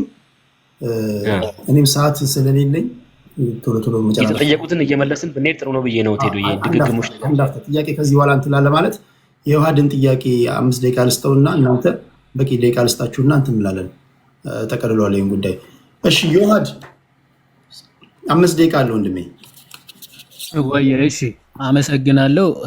ቶሎ ቶሎ ብዬ ለመሄድ ልሞክር። መጀመሪያ ጀነራል ሀሳቦችን ለማንሳት ካነሷቸው ልነሳና ጥያቄዎችን ትንሽ ስለሆኑ ወደዛ ቀጥላለሁ። ምክንያቱ ሲነሱ የነበሩ ሀሳቦች ሞር ሲጠየቁ መልስ ስለማይሰጥባቸው ሲነሱ የነበሩ ሀሳቦች ብቻ የተወሰነ ፖይንት አንስቼ ልለፍ። በመጀመሪያ እንግዲህ ገድላትና ድርሳናት እኛ ስለጠየቅን ነው መታረም የጀመሩት የሚል ሀሳብ መጀመሪያ እንደው ኖሮም ቤተክርስቲያንን እንዳላወቋት ማሳያ ነው። እውነት ለመናገር መለወት አሚን ብርሃኑ መልአከ ብርሃን አድማሱ ጀንበሬ ከዛሬ ስንት ዓመት በፊት በጣም በእነ ኃይለ ሥላሴ ዘመን የነበሩ የቤተክርስቲያናችን ልክ ምን ብለው ተናግረዋል? ስለ ቤተክርስቲያን ወይም ደግሞ ስለ ሃይማኖት መከራከሪያ ሊሆኑ የሚችሉ መጻሕፍቶች ኦኬ ከእንትን ውጪ ከመጽሐፍ ቅዱስና ከዛ ውጪ ካሉ መጻሕፍቶች ውጪ ከዛ ውጪ ከሆኑ መጻሕፍቶች ለመከራከሪያ እንደማይሆኑ ይኸው እዚህ ጋር እንዲህ ብለው ተናግረዋል። አንድ ባህሪ ማለት እና ሁለት ባህሪ ማለት ዓላማው ሃይማኖት ነው። ሃይማኖትና ገድልና ድርሳን እንኳን እየለዩ አይደሉም ማለት ነው። ኦኬ ከሃይማኖት እስቲ ጥያቄ የፈጠረባችሁ ቤተክርስቲያናችሁ፣ ምክንያቱ የሃይማኖት መሰረት ከተናጋ ከዛ በኋላ ኦፍ ኮርስ ቤተክርስቲያንም የለችም ሲጀምር ሃይማኖት ከተናጋ ማለት ነው። ገድላት ድርሳናት ሃይማኖት አይደሉም። እሺ በዚህ አጋጣሚ እንድታውቁትም ማለት ነው። ሃይማኖት ናቸው። አሁን የጌታችን ባህሪ ሃይማኖት ነው አሉ። ለሃይማኖት ነገር ከቅዱሳን ከ10 መጻሕፍትና 10 መጻሕፍትን በሰፊው ተርጉመው አብራርተው ከሚያስረዱ ከመጻሕፍተ ሊቃውንት በቀር ማንኛውም ጽሑፍ ሊያስረዳ በፍጹም አይችልም ይላል።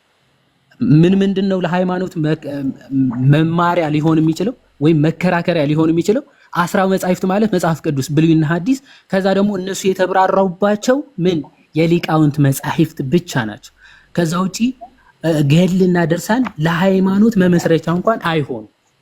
ሌላው በረከታቸው ይደርብን አባ ጎርጎርዮስ የኢትዮጵያ ቤተክርስቲያን ታሪክ ገጽ 68 ላይ እንዲህ ብሎ ይናገራሉ። በገድላት ላይ ተነስተው የነበረ እንደ ዘመናችን ማለት ነው ገድል እንደ ማስረጃ የሚጠቅሱ ክርስቲያንን የሚሉ ሰዎች ተነስተው ነበር እና በጌታችን ባህሪ ዙሪያ ጥያቄ ሲነሳ ምን ይጠቅሳሉ?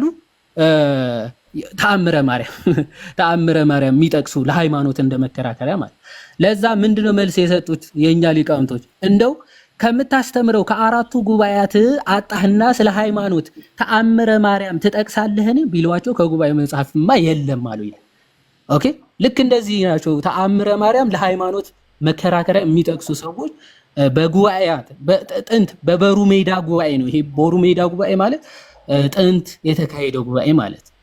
ስለዚህ በዚህ ሰዓት እንኳን ለሃይማኖት መከራከሪያ ገድላትና ድርሳናት እንደማይጠቀሱ ቤተክርስቲያናችን በሚገባ ጠንቅቃ ታውቃለች። ለሃይማኖት መመስረቻ ገድልና ድርሳን እንደማይሆን ማለት ነው። ወደ ጥያቄዎች ሳልፍ አክቹአሊ ብዙዎቹ ሲነገሩ የነበሩ ከገደሉኝ ታሪክ ጋር የሚመሳሰሉ እንደሆነ ማለት ይሄ ብዬ የተነሳው ከሚለው ታሪክ ጋር የሚመሳሰሉ ናቸው። ስለ ቤተክርስቲያን ሲነገሩ የነበሩት ነገሮች ማለት የታሪክም ክፍተት ያለ ይመስለኛል። ለምሳሌ ምን ተብሎ ተነገረ? ተሰዓቱ ቅዱሳን መነኮሳት ናቸው የምንላቸው እኛ ግን ምንድናቸው? ቅዱሳን ይሏቸዋል አሉ። በዚህ አጋጣሚ ፍሬሜናጦስ ትክክለኛ ሃይማኖት ነበረው ብለው ተናገሩ። ፍሬሜናጦስ ትክክለኛ ሃይማኖት ነበረው ካሉ እኚህ ሰዎች ማለት ነው መነኮስ ማንን ነው የሾመው? በነገራችን ላይ ታሪክ አለማወቅ ትንሽ ከባድ ነው። ገድለ እንጦንስን የጻፈው አትናቴዎስ ነው በነገራችን ላይ። ኦኬ ገድለ እንጦንስን የጻፈው ማን ነው? አትናቴዎስ። አትናቴዎስ ማንን ነው የሾመው? ፍሬሜናጦስን ማለት። ስለዚህ መነኮሱ ታላቁ መነኮስ ገድሉን የጻፈው አትናቴዎስ እሱ ትክክለኛ እምነት ነበረው ብላችሁ እነሱ መነኮሳት ናቸው በጾም በጸሎት ነው ክርስትና ብለው እንትናሉ ብላችሁ ለመተቸት ሞክራችኋል። ታሪክ እናጥና። ወደ ጥያቄዎቼ አንድ ደቂቃ ነው ያለኝ። የመጽሐፍት ቀኖናችሁ ስንት ነው? በምን አረጋገጣችሁ? ቀኖናውን ከየት ተቀበላችሁ? አንድ ሁለተኛ የኒቂያ ጉባኤ እንቀበላለን ስላላችሁ 18ኛው ቀኖናና 13ኛው ቀኖና ላይ እንዲህ ይላል፣ የጌታ ስጋና ደም እውነተኛ የጌታ ስጋና ደም ነው፣ ከሁሉም የሚበልጥና ምንም የሚተካከለው የለም ብሎ ይናገራል። ይህንን ትቀበላላችሁ ወይ? ሲቀጥል ጥምቀት ከእግዚአብሔር የሚወልድ ነው ብለዋል አቶ ጽጌ ማለት ነው። አቶ ጌታቸው ደግሞ ጥምቀት ጭራሽ ከድህነት ጋር ምንም አይገናኝም ብለው ነው የሚያምኑት። ስለዚህ ሁለታችሁ ዲቤት ነው የምታደርጉት ወይስ እንዴት ነው የምታደርጉት? ተለያይታችሁ ነው የየራሳችሁ ቸርች ነው የምትከፍቱት? መጨረሻ ላይ ከፕሮቴስታንት የማትቀበሉት ወይም ደግሞ ከፕሮቴስታንት ምንፍቅና አለባቸው ብላችሁ ታምናላችሁ ወይ? ምን ምንፍቅና አላቸው የሚለውን ትመልሱልኛላችሁ። ቴንኪዩ ጨርሻለሁ። ቴንኪዩ ዮሐድ። ምንድነው ማድረገው? ቀደም ሲል እንዳልኩት ጥያቄዎች ብዙ ናቸው። የመዝሙር ጥያቄ ተከፋፍሎ ነው የተጠየቀው። የብሬ ጥያቄም አለ። የዮሐድ አስተያየትና ጥያቄ ነው። ስለዚህ ለሶስታችሁ የመደብኩት ደቂቃ 9 ደቂቃ ነው። እዚህ ጋር ሞላለሁ። ሲጨው ታቆሙልኛላችሁ።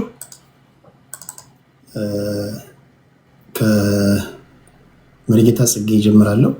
ለእርሱ የተጠየቁትን ጥያቄ አካተው በፈለጉት መንገድ በገባሁትና በደረሱበት ልክ መመለስ ይችላሉ። አመሰግናለሁ ወንድም አንተንም ጥያቄ አቅራቢዎችና ሰሚዎችን ከልብ ነው የማመሰግነው። በእውነት እግዚአብሔር ይባርካችሁ። ያው ትንሽ አንዳንድ አመም የምትል ሀሳብ ጎርበጥ የምትል ነገር ትኖራለች። ግድ የለም እሷን በጸጋ እየተቀበልን ነው የምንሄድ። ወደ ጥያቄው ስገባ ከገድለ ተክለ ሃይማኖት ይጀምራለሁ። እንዳስቀመጡት ወናሁ ትመውት በሕማመ ብድብድ ወለዛቴ ሕማመ ከሬስያ ከመስቅለቴ ወሞቴ የሚለው ልክ ነው። አሁን ወሞቴ የሚለው ቀርቷል።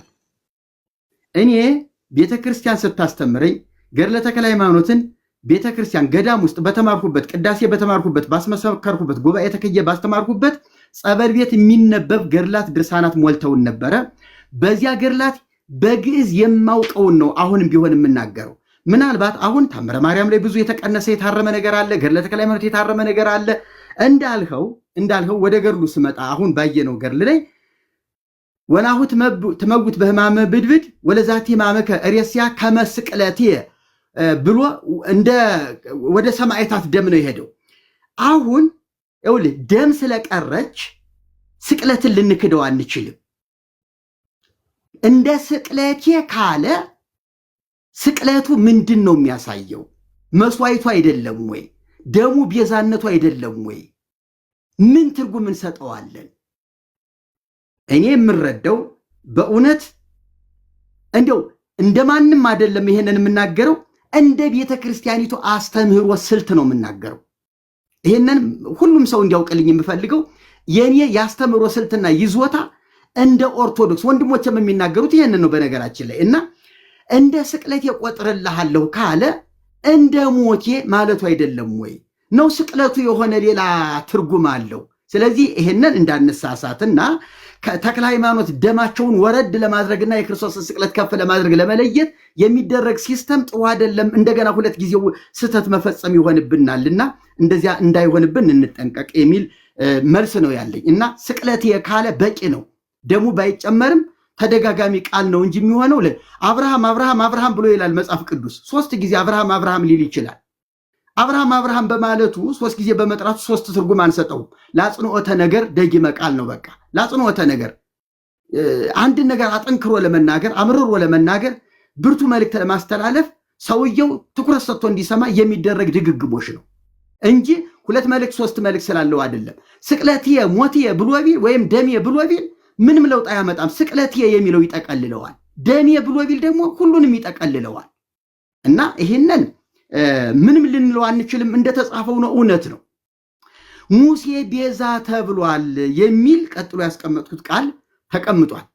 ስዘል ተነግሩኛላችሁ። ሙሴ ቤዛ ተብሏል። አዎ ተብሏል። ሌሎችም ብዙ ቤዛ የተባለ ነገር አለ። በአቡነ ገብርኤል ጉዳይ ላይ ብዙ ሰው ስለ ቤዛ ብዙ ጥቅስ ጠቅሷል። ግን የክርስቶስ ቤዛነት ዓለምን ጠቅልሎ የዋጀ የዘላለም ሕይወት የሚያሰጥ ቤዛነት ነው። ከዚያ ቤዛነት ጋር በፍጹም አናወዳድረው። ጫማ ቤዛ ሲባል፣ ሙሴ ቤዛ ሲባል፣ ሌላም ቤዛ የሚባል ቢኖር ብናገኝ፣ ገንዘብን ቤዛ ቢባል ቤዛነቱ ምናልባት ከአንድ ግለሰብ ወይም ደግሞ ከአንድ ወቅት የዘለለ አይደለም። ሙሴ እስራኤልን ቤዛ ሆኖ ሊያድን ተላከ ማለት ሊሞትላቸው አይደለም። መሪ ሆኖ በብዙ ድንቅና ታምራት በእግዚአብሔር ክንድ ሄዶ እስራኤልን እንዲያወጣ እስራኤልን ተቤዠ ማለት እንችላለን። በዚያው ላይ ደግሞ ያረዱት በግ ደግሞ ለራሳቸው መስዋዕትና ቤዛ እንደሆናቸውም ደግሞ መግለጽ እንችላለን። ያ ማለት ግን የአንድ ወቅት የአንድ ጊዜ የማይደገም በቃ ያለቀለት ማለት ነው። ከዚህ በኋላ የማይሰበክ የማይጻፍለትና ያ ነገር ድግግሞሽ የማይደረግበት የክርስቶስ ቤዛነት ግን ለአንዴና ለዘላለም ነው የሚለው። አንድን መስዋዕት በዘላለም ክህነት አቀረበ፣ በእግዚአብሔር ቀኝ ተቀመጠ። በቃ ያ ለዘላለም ስራ እየሰራ ይኖራል። የሙሴ ቤዛነት ለዘላለም አይደለም። ገንዘብ ለዘላለም ቤዛ አይሆንም። ምናልባት አንተ እስር ቤት ብትገባ እንደው ይቅርታ ግን እኔ እስር ቤት ብገባ ይህን ያህል ገንዘብ ብትከፍል ገንዘቡ ዋስ ይሆን ያልተያዥ ይሆናል ብባል ገንዘቡ ተከፍሎ እኔ ከስር ልወጣ እችላለሁ። ይሄ ማለት ገንዘብ የክርስቶስን ያህል ስፍራ ሊሰጠው ነው ማለት አይደለም። ቤዛ የምትለው ቃል አውዳዊ ትርጉም ሊኖራት ይገባል። የክርስቶስን ቤዛነት ስንናገር ድንግል ማርያም እኮ አሁን እናንተ ይሄም እኮ ቤዛ ተብሏል፣ ምን ይደንቃል ድንግል ማርያም ቤዛ ብትባል ልትሉኝ ነው። ድንግል ማርያም እኮ ቤዛዊተ ኩሉ ዓለም ነው የተባለችው እንዴ? ይሄ እኮ ትክክል አይደለም። ክርስቶስ ቤዛ ኩሉ ዓለም የተባለውን ያህል ድንግል ማርያም ቤዛዊተ ኩሉ ዓለም ተባለች። ይሄ ስህተት ነው። ድንግል ማርያም ቤዛ ብትባል እንኳን በአንድ ወቅት ለነበረችበት ለአንድ ጉዳይ ወይም ደግሞ የቃና ዘገሊላ ሰርግ ላይ ባደረገችው ምርጃ ለነዚያ ሰዎች እንዲያው ቤዛ ሆናቸዋለች ማለት እንችላለን። ከዚያ ያለፈ ግን ይሄ ቤዛነት የዘላለም ሆኖ ሊሰበክ አይችልም ነው የኛ ትምህርት። ሌላው እርዳታ ከፕሮቴስታንት እየተቀበልን የምንኖርና ይቅርታሽ 3 ደቂቃ አሉት። እሺ እንግዲህ ላሯሩጠው ከፕሮቴስታንት እርዳታ እንደምንቀበል ተነግሯል። እውነት ለመናገር አዎ እንቀበላለን። ሲመጣማ አንምረውም፣ እንቀበላለን። መኪና ቢሰጡን እንቀበላለን። ያ ማለት ግን የዓላማ ተካፋይነት አይደለም። ልንገርህ፣ የኢትዮጵያ ኦርቶዶክስ ተዋሕዶ ቤተክርስቲያን ልማት ኮሚሽን እርዳታውን ከየት ነው የምትሰበስበው? ከኦርቶዶክሳውያን ነው እንዴ? ከጀርመን ሉተራን እኮ ነው። ምስካየ ኅዙናን መድኃኔዓለም የተሰራው። እስኪ የሥራ ምዕት የቤተክርስቲያኒቱ ታሪክ መጽሐፍን አንብበው እስቲ። ምስካየ ኅዙናን መድኃኔዓለም ቤተክርስቲያን በሉተራን ገንዘብ እርዳታ እንደተሰራ ኦርቶዶክስ ሄዳ የምትሰግደው እኮ በሉተራን ገንዘብ የተሰራ ቤተክርስቲያንን እኮ ነው። ልማት ኮሚሽን ቤተክርስቲያኒቱ የእርዳታ ማስተባበሪያ አቋቁማ የምትቀበል ለየገዳማቱ የምታከፋፍለው እርዳታ ስንዴ የምታመጣው ከኖርዌይ ፕሮቴስታንት እኮ ነው። ከጀርመን ፕሮቴስታንት እኮ ነው። በደንብ እኮ ነው የምናውቀው። እና ቤተክርስቲያኒቱ ካሳየችን ምን ችግር አለ? እኛም እንቀበላለን። አይማድ ዶግማ አይታደስም፣ ከፈረሰ ምኑን ይታደሳል ተብያለሁ። ዶግማ አዎ ልክ ነው። ከፈረሰ ነው የሚታደስ፣ ካልፈረሰማ ምኑ ይታደሳል? ሲፈርስ እኮ ነው ችግር ሲፈጠር ሲበላሽ እኮ ነው ተሐድሶ የሚያስፈልገው። ላልፈረሰና ጤናማ ሆኖ ላለ ነገርማ ምንም ተሐድሶ አያስፈልገውምና አባባል ትንሽ ሚዛኑን ስቷል። ቤዛዊት ቅድም ከድንግል ማርያምና ከጌታ ጋር እያይዤ ተናግሬዋለሁኝ። እዚህ ላይ ብዙ ማብራራት አይጠበቅብኝም። መላእክት ጌታ አዳኝ መላእክትም አዳኝ ተብለዋል። መላእክት ተልከው ያድናሉ፣ ይራዳሉ፣ ይጠብቃሉ፣ ያግዛሉ። የክርስቶስ አዳኝነት ጋር አይነጻጸሩ እንዴ? ለምንድነው ክርስቶስን ከፍጡር ጋር የምታወዳድሩት? ወይም ደግሞ ፍጡራንን ከክርስቶስ ጋር እኩል የምታደርጓቸው ለምንድን ነው? ይሄ ትክክል አይደለም እኮ ነው እያልን ያለ ነው እኛ። ቤዛ ደም ብቻ ነው። በእርግጥ አዎ ደም ብቻ ነው። መስዋዕት አድርጎ የዘላለም መስዋዕት አድርጎ የተቀበለው ደሙን ነው። ሌላ ቤዛ በክርስቶስ ውስጥ እንኳን ብንመለከት በ33 ዓመት ቆይተው ቤዛ ደሙን እንቅፋት ሲመተው ሲወገው ደሙ ሲፈስ ቤዛ የሚሆነው የቀራንዮ ደም ብቻ እንደሆነ ነው የሚነገር። ራሷ ቤተክርስቲያኒቱ እንኳን በትርጓሜ ያስቀመጠችው የቀራንዮ ብቻ ነው መስዋዕት የሚሆነው እንጂ የክርስቶስ ሌላ ጊዜ ደሙ የፈሰሰው እንቅፋት የመተው እንኳን በስደቱ ጊዜ መስዋዕት አይሆንም እሱ። ስለዚህ ይሄንንም በደንብ ከቤተክርስቲያኒቱ ሊቃውንት ጋር እኮ መነጋገር ነው። ለሃይማኖት መከራከሪ አይበቁም። አዎ ልክ ነው። አቡነ ጎርጎርዮስም በቤተክርስቲያን ታሪክ ጽፈውታል። በዚያ በክርክር ላይ እነ መላከ ብርሃን አድማሱም ጽፈውታል። ልክ ነው። ገድላት ድርሳናት ለክርክር አይበቁም። ስለማይበቁ ከደረጃ በታች ሁኑ። እንደ ወንጌል እኩል አይቆጠሩ። የወንጌል ያህል ክብር አይሰጣቸው። በቃ አንድ ሰው የመቀበልም ያለ መቀበልም መብት ይኑረው እነሱን እያልን ነው ያለ ነው እኛ እንጂ ገድል እኮ አለ። በመጽሐፍ ቅዱስ ገድል አለ። በርካታ ገድላት እነ ኢዮብ እነ ሩት እነ ሌሎችም እኮ የታሪክ መጻሕፍቶች እኮ የነገስታት ታሪክ እኮ ገድላት ናቸው። የሐዋርያት ሥራ ራሱ እኮ ገድል ነው። የነ ጳውሎስን የነ ጴጥሮስን ወጣ ወረድ እኮ የሚተርክ ገድል ነው። ግን የኢየሱስ ክርስቶስን ክብር ነው የሚናገረው። የጳውሎስ ቃል ኪዳን የለውም። ሙተህ ይህን ያህል ትውልድ የሚል የለውም። በተቅማጥህ የሚል የለውም። በመቃብርህ የሚል የለውም። አየህ፣ የመጽሐፍ ቅዱስ ገድላት በሙሉ ክብራቸው እግዚአብሔር ነው። ስለዚህ ይህን ገድላት በሙሉ ወደፊትም የሚጻፉ ገድላት ይኖራሉ። የአባቶች ገድላት እነዚህ ሁሉ ጌታን ያክብሩ። የእነዚህ ሰዎች ገድላት ሌላ ነገር አይኖራቸው ነው። አመሰግናለሁ። ይቅርታ ጨርሻለሁ። ከልብ አመሰግናለሁ መሪጌታ። ወደ ድምፀ ተሐድሶ ወደ ሀብትሽ እንሄዳለን። አለ ሀብትሽ? አዎ አለው። ግን ብርሃን ከቅድም ጀምሮ ቁጭ ብሎ ስላለ እሱ ይናገርና አጠቃላይውን ጠቅለል አድርጌ እኔ እናገራለሁ። ለብርሃን ችግር የለውም። ብርሃን ደቂቃ እየቆጠረ ነው።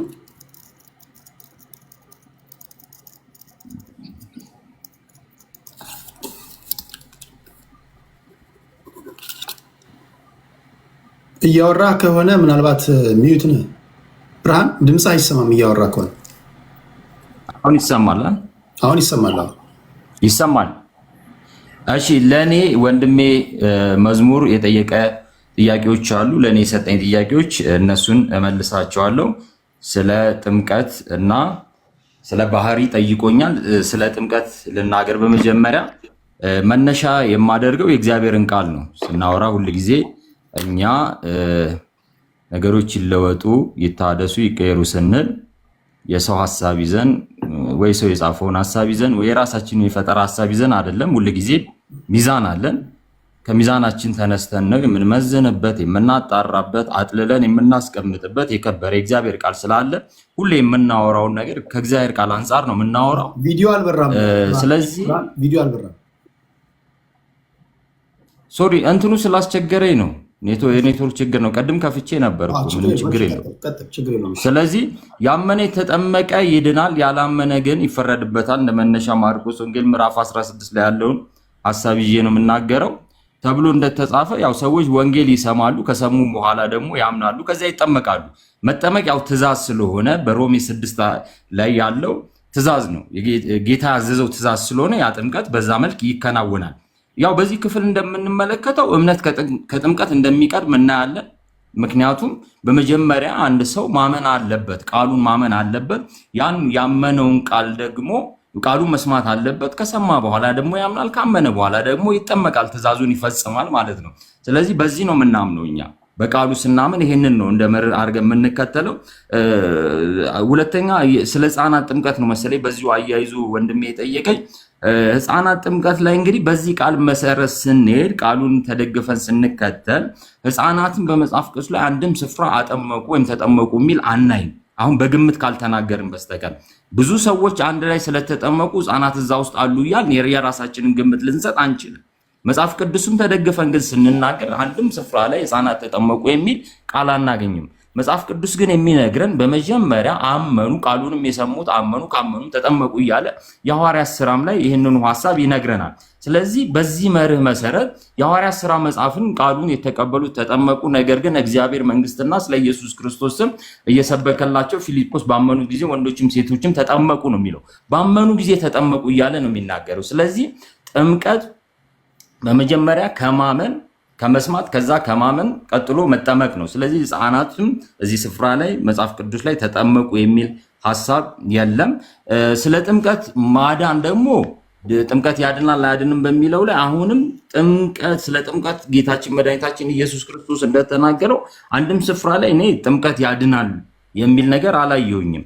ምክንያቱም ጌታችን መድኃኒታችን ኢየሱስ ክርስቶስ ጥምቀት ቢያድን ኖሮ በመስቀል ላይ መሰቀልም አይጠበቅበትም ነበረ። ምክንያቱም መስቀል ላይ ያ ሁሉ ሰው ሆኖ ወደዚህ ምድር መጥቶ ራሱን መስዋዕት እስከማድረግ የደረሰበት የራሱ የማዳንን ስራ የሰራበት ስራ አለ። ሰው በዛ በኩል ያንን ሲያምን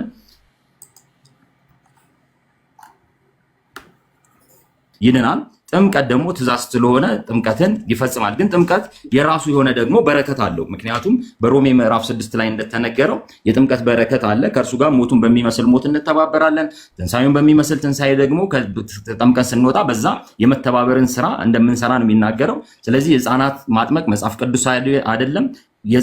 በመጠመቅ ደግሞ ደህንነት የለም፣ በማመን ነው ደህንነት ያለው። ይህንን ነው የምናምነው። ሌላ ደግሞ ስለ ባህሪ የተጠየቀ ነገር አለ።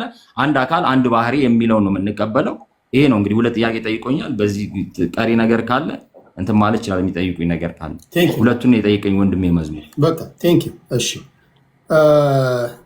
እንግዲህ የጠየቃችሁትን ጥያቄ አድምጠናል። ህዝብም አብሮ አድምጧል። እነሱም መልሰዋል። እዚህ ኮመንት ላይ በርካታ የተሐድሶ የሆኑ ሰዎች ይታዩኛል። ግማሾቻችሁ መልሰዋል፣ አልመለሱም ያላችሁ እናንተ ውዝግቡ ለእናንተ ልተውና ቤታችሁን ከፍታችሁ ስታወሩ ጥያቄዎች ተመልሰዋል አልተመለሱም የሚለውን ስትወያዩ ከእናንተ የምንሰማ ይሆናል። ቆራርጣችሁም ኤዲት አድርጋችሁም ፖስት የምታደርጉም ሰዎች የተጠየቁ ጥያቄዎችና የተመለሱትን እያላችሁ እያንሸራሸራችሁ ሲደርሱን የምናይ ይሆናል። እንዳልኳችሁ ሙሉውን የዚህን ውይይትም ሳይቆረጥ ሳይቀነስ ቴዲ ሐዋሳ የቴሌግራም ቻናል ላይ ያስቀምጥላችኋለሁ። 5776 ያለው ላይ ነው። እዛ ላይ በርካታ ጥያቄ የጠየቃችሁ ሰዎችም አላችሁ። ከሞላ ጎደል የሁላችሁንም ጥያቄ እያየሁን ነው። በነ መዝሙር፣ በነ ብሬ፣ በነ ዮሐድ፣ በነ ኢዮብ የተካተቱ ናቸው። አሁን ሁለት ሰዎች እድል ሰጣለው እና ጥያቄ በዝቶባቸው እየረሱ ከሆነ ሪማይንድ ማድረግ እንችላለን። ይፈቀዳል? እኔ ሰዓት ስለሌለኝ በቃ እንዲመልሱ ነው። እነሱ ጥያቄ መጠየቅ የእናንተ ኃላፊነት ነው። ጥያቄዎችን መመዝገብ የነሱ ስራ ነበር። ካልመለሱ እንግዲህ ሁለት ነገር ነው። ለሲናሪዮ ነው የሚቀመጠው። ወይ መመለስ አልፈለጉም ወይም ደግሞ ረስተዋል በሚለው እንያዝና መመዝገብ ግን ነበረባቸው። መዝግቤ ሰዓት አጥሮሃል ተብዬ ነው እኔ የቀረሁት። እሺ አሁን ተጨማሪ ሰዓት ስለሌለኝ ለሌላ ጊዜ መድረክ አዘጋጃለሁ። ችግር የለውም። ቢኒያም እና ኢዮብ ለእናንተ ለቢኒያም 8 ደቂቃ ቀደም ሲል እንዳልኩት ለኢዮብ 4 ደቂቃ ሰጣችሁና የዕለቱ መርሃ ግብር ማጠቃለያ ይሆናል። እሺ ቢኒያም ምን ትላለህ? ቴዲዬ በመጀመሪያ ዛሬም ዳግመኛ ከልብ ነው የማከብርህ የማመሰግንህ። በመሰረቱ የተጠየቁ ጥያቄዎች በጠቅላላ አልተመለሱም። እኔ እንግዲህ እዚህ ያላችሁ ወገኖቼ ስለ አንድ እውነት ብቻ ያደራ መልዕክት ነው። እሺ ከዚያንተ ጋር መሪጌታ ሚዩት አድርጉ። መሪጌታ ዋለ። እሺ ቴዲዬ እንግዲህ ሰዓቴ እያዝልኝ ካሁኑ በጣም ነው የማከብረው፣ በጣም ነው የማመሰግነው ስለሰጠኝ ሀሳብ። ምክንያቱም ያው ፍርዱን ከታች ላለው ሰው እንተዋለን። ይልቁኑ ደግሞ ከዚህ እንዲወጣን በእኔ ቤትም ከፍተን የተለያዩ ማብራሪያዎች እንሰጣለን። እውነትን እውነት ማለት ስላለብን የመጀመሪያው ነገር ጥያቄ ልጠይቅ። መሪጌታ ጽጌ ስጦታው እዚህ ጋር አሉ። ያደረጉት ቆብ አለ። እንግዲህ እንኳን ትምህርቷ አልባሳቷ እንኳን እንዳልገባቸው የመሪጌታ ጽጌ ስጦታው መጽሐፍ ብታየው ዲያቆን ጽጌ ስጦታው ነው የሚለው። ዲያቆን ይሄን ቆብ ያደርጋል ወይ? ዲያቆን ጽጌ ስጦታው ነው መጽሐፉ የሚለው። በነገራችን ላይ እነዛ ጉባኤ ተጠርቼ ሲኖዲዮስ የሚባለው እውነት የምነግርህ አንድ ቃል አልተናገረም። ጽጌ አብሮት የሄደው ሰው ነው የተናገረው። ኮምፕሊትሊ ውሸት ነው የተናገረው። በሰራዊት ጌታ በእግዚአብሔር ፍቅረኛ ነው የምናገረው። ይሄ ቆብን መሪጌታ እሱ ዲያቆን ነው። መጽሐፉ ራሱ ዲያቆን በኋላ ይዋል አሳያቸዋለሁ። ዲያቆን ጽጌ ስጦታው ነው። ዲያቆን ጽጌ ይሄን ማድረግ ይችላል። አንዴ መሪጌታ አንዴ ቀደም ሲል እንዳልኩ የኔ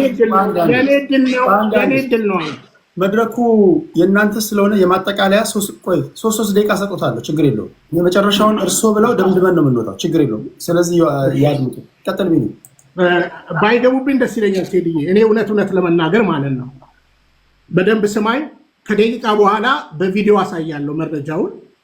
ስለዚህ መጽሐፋቸው ዲያቆን ጽጌ ስጦታው ይላል። ዲያቆን ይሄን ቆብ ማድረግ ግዴታ አለበት ወይ? እንነጋገራለን። ሁለተኛ የምስካየ ኅዙናን ቤተክርስቲያን ከስሩ ልናገር። እንግዲህ ትውልድ ይዳኝ፣ በውሸት የሚከብር እግዚአብሔር የለም። ምስካየ ኅዙናን በንጉሥ ኃይለ ሥላሴ ተብሎ የተቀመጠ ነገር አለ። ዛሬ ሉተራናውያን ናቸው የሰሩት ብሎ ሰው ማያነብ መስሎት የምስካየ ኅዙናን ቤተክርስቲያንን በኋላ እናሳያለን እሱ ነው ማን እንደሰራው ማለት ነው። ሶስተኛ በእውነት ለመናገር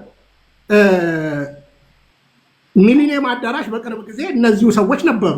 በአንድም በሌላ መርሃ ግብሩን የከፈተው ፓስተር ጻድቁ አምቤ ይባላል። ታዲያ ይሄን የመሰለ ጉባኤ ከፍታችሁ ጉባኤውን የከፈተው ጻድቁ ከሆነ በተውሶ ነው ፓስተር ጻድቁን ያመጣችኋቸው። ስለዚህ እዛ ጉባኤ ተገኝታችኋል፣ በአንድነት ነው የምትሰሩት። እውነታው ይሄ ነው። ከዛ በተረፈ ስለ ግሬክ ኮሚሽን የክራይ ውል 30 ሺህ ብር ተብሏል መሰል ነገሮችን እናጠራለን ማለት ነው። እንግዲህ ገድለ ተክለ ሃይማኖትን በዚህ ያክል ለመካድ የተሞከረበት ነገር ከዛ በኋላ የታረመበት ነገር ለራሱ ያስቀኛል ማለት ነው። ለምሳሌ መጽሐፍ ቅዱሳችን ላይ ገላትያ ምዕራፍ 6 ቁጥር 14 ላይ ሐዋርያው ቅዱስ ጳውሎስ ለዓለም ተሰቅያለሁ ይላል። ገድሉ በነገራችን ላይ እሱ እንደሚለው አይደለም። ባይደው ዲያቆን ጽጌ ስጦታው አቶ ጽጌ ስጦታው ምንለው አንደኛ መወገዝ እንግዲህ ለክብር ውግዘት ደርሷል አልደረሰም ራሱ የቻለ ጥያቄ ነው በእውነት ለመናገር ማለት ነው። አንድም መረጃ አልተሰጠም በዚህ ጉዳይ ላይ። አራተኛ ፍሬም ለማስያዝ አንተ ራሱ ሐዋሳ ኖርሃል። እነ ፓስተር ጌቱ ከአማኑኤል ይወጣሉ። ከአማኑኤል ወጥተው አማኑኤል ብለው ቀጥታ ፕሮቴስታንት ነው የሆኑት። ናዝሬት አማኑኤሎች አዲስ አበባም የተለያዩ ሁለተኛው ቤት ክብር ታድሶ መድኃኔዓለም የሚባሉ የታድሶ ህብረቶች አሉ። ቀጥታ ሄደው የተጣበቁት ከፕሮቴስታንቱ ጋር። አሁን አሳዩን ላይሰንስ ስንል አንዱም ላይሰንስ አያሳየንም። በነገራችን ላይ ከ7 ዓመት ከ6 ዓመት በፊት ሁላችንም ፈቃዳችንን የምናድሰው ከ7 ዓመት በፊት ሰላም ሚኒስቴር ነበር እያሳደስን ያለው። መጨረሻ ላይ አርብቶ አደሮች ተብሏል። ከዛ በኋላ ብዙዎቹ ካውንስሉ ጋር ገብቷል። ነገም ይህንን መረጃ በአደባባይ እናሳያለን። እርግጥ ካውንስሉ ጋር ካልተመዘገቡ ማለት ነው።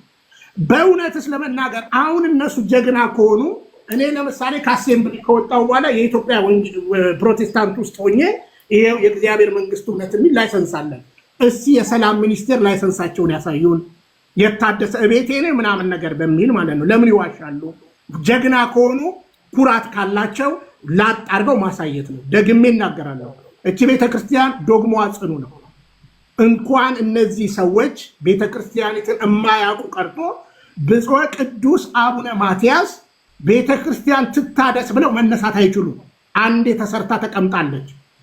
ከዛ በተረፈ አባታችንም አሁን 10 ሚሊዮን ምናምን ብለው የሚዋሹት እነዚህ ሰዎች በአንድ ስብሰባ ላይ ሰዎች እንደፈቃዳቸው የውሸት መጽሐፍ እንደነዚህ አይነት ሰዎችም ያሳትማሉ። ስለዚህ መጽሐፍ ቅዱስ የሚታተሙ መጽሐፍቶች የግለሰብ መጽሐፍቶቻችን በአንድ ቦታ መታተም አለበት በሊቃውንት ጉባኤ አሉ እንጂ ሌላ ነገር አላሉም። በነገራችን ላይ እኛ ገድላት ላይ ያለን ጽኑ አቋም በግልጽ የምናገረው የሐዋርያት ስራ ነው። ቀጥሎ ደግሞ ገድላቶቻችን በእምነት የጸኑና የቀበቀቡ የአባቶቻችንን መርህ የምንከተልበት ነው።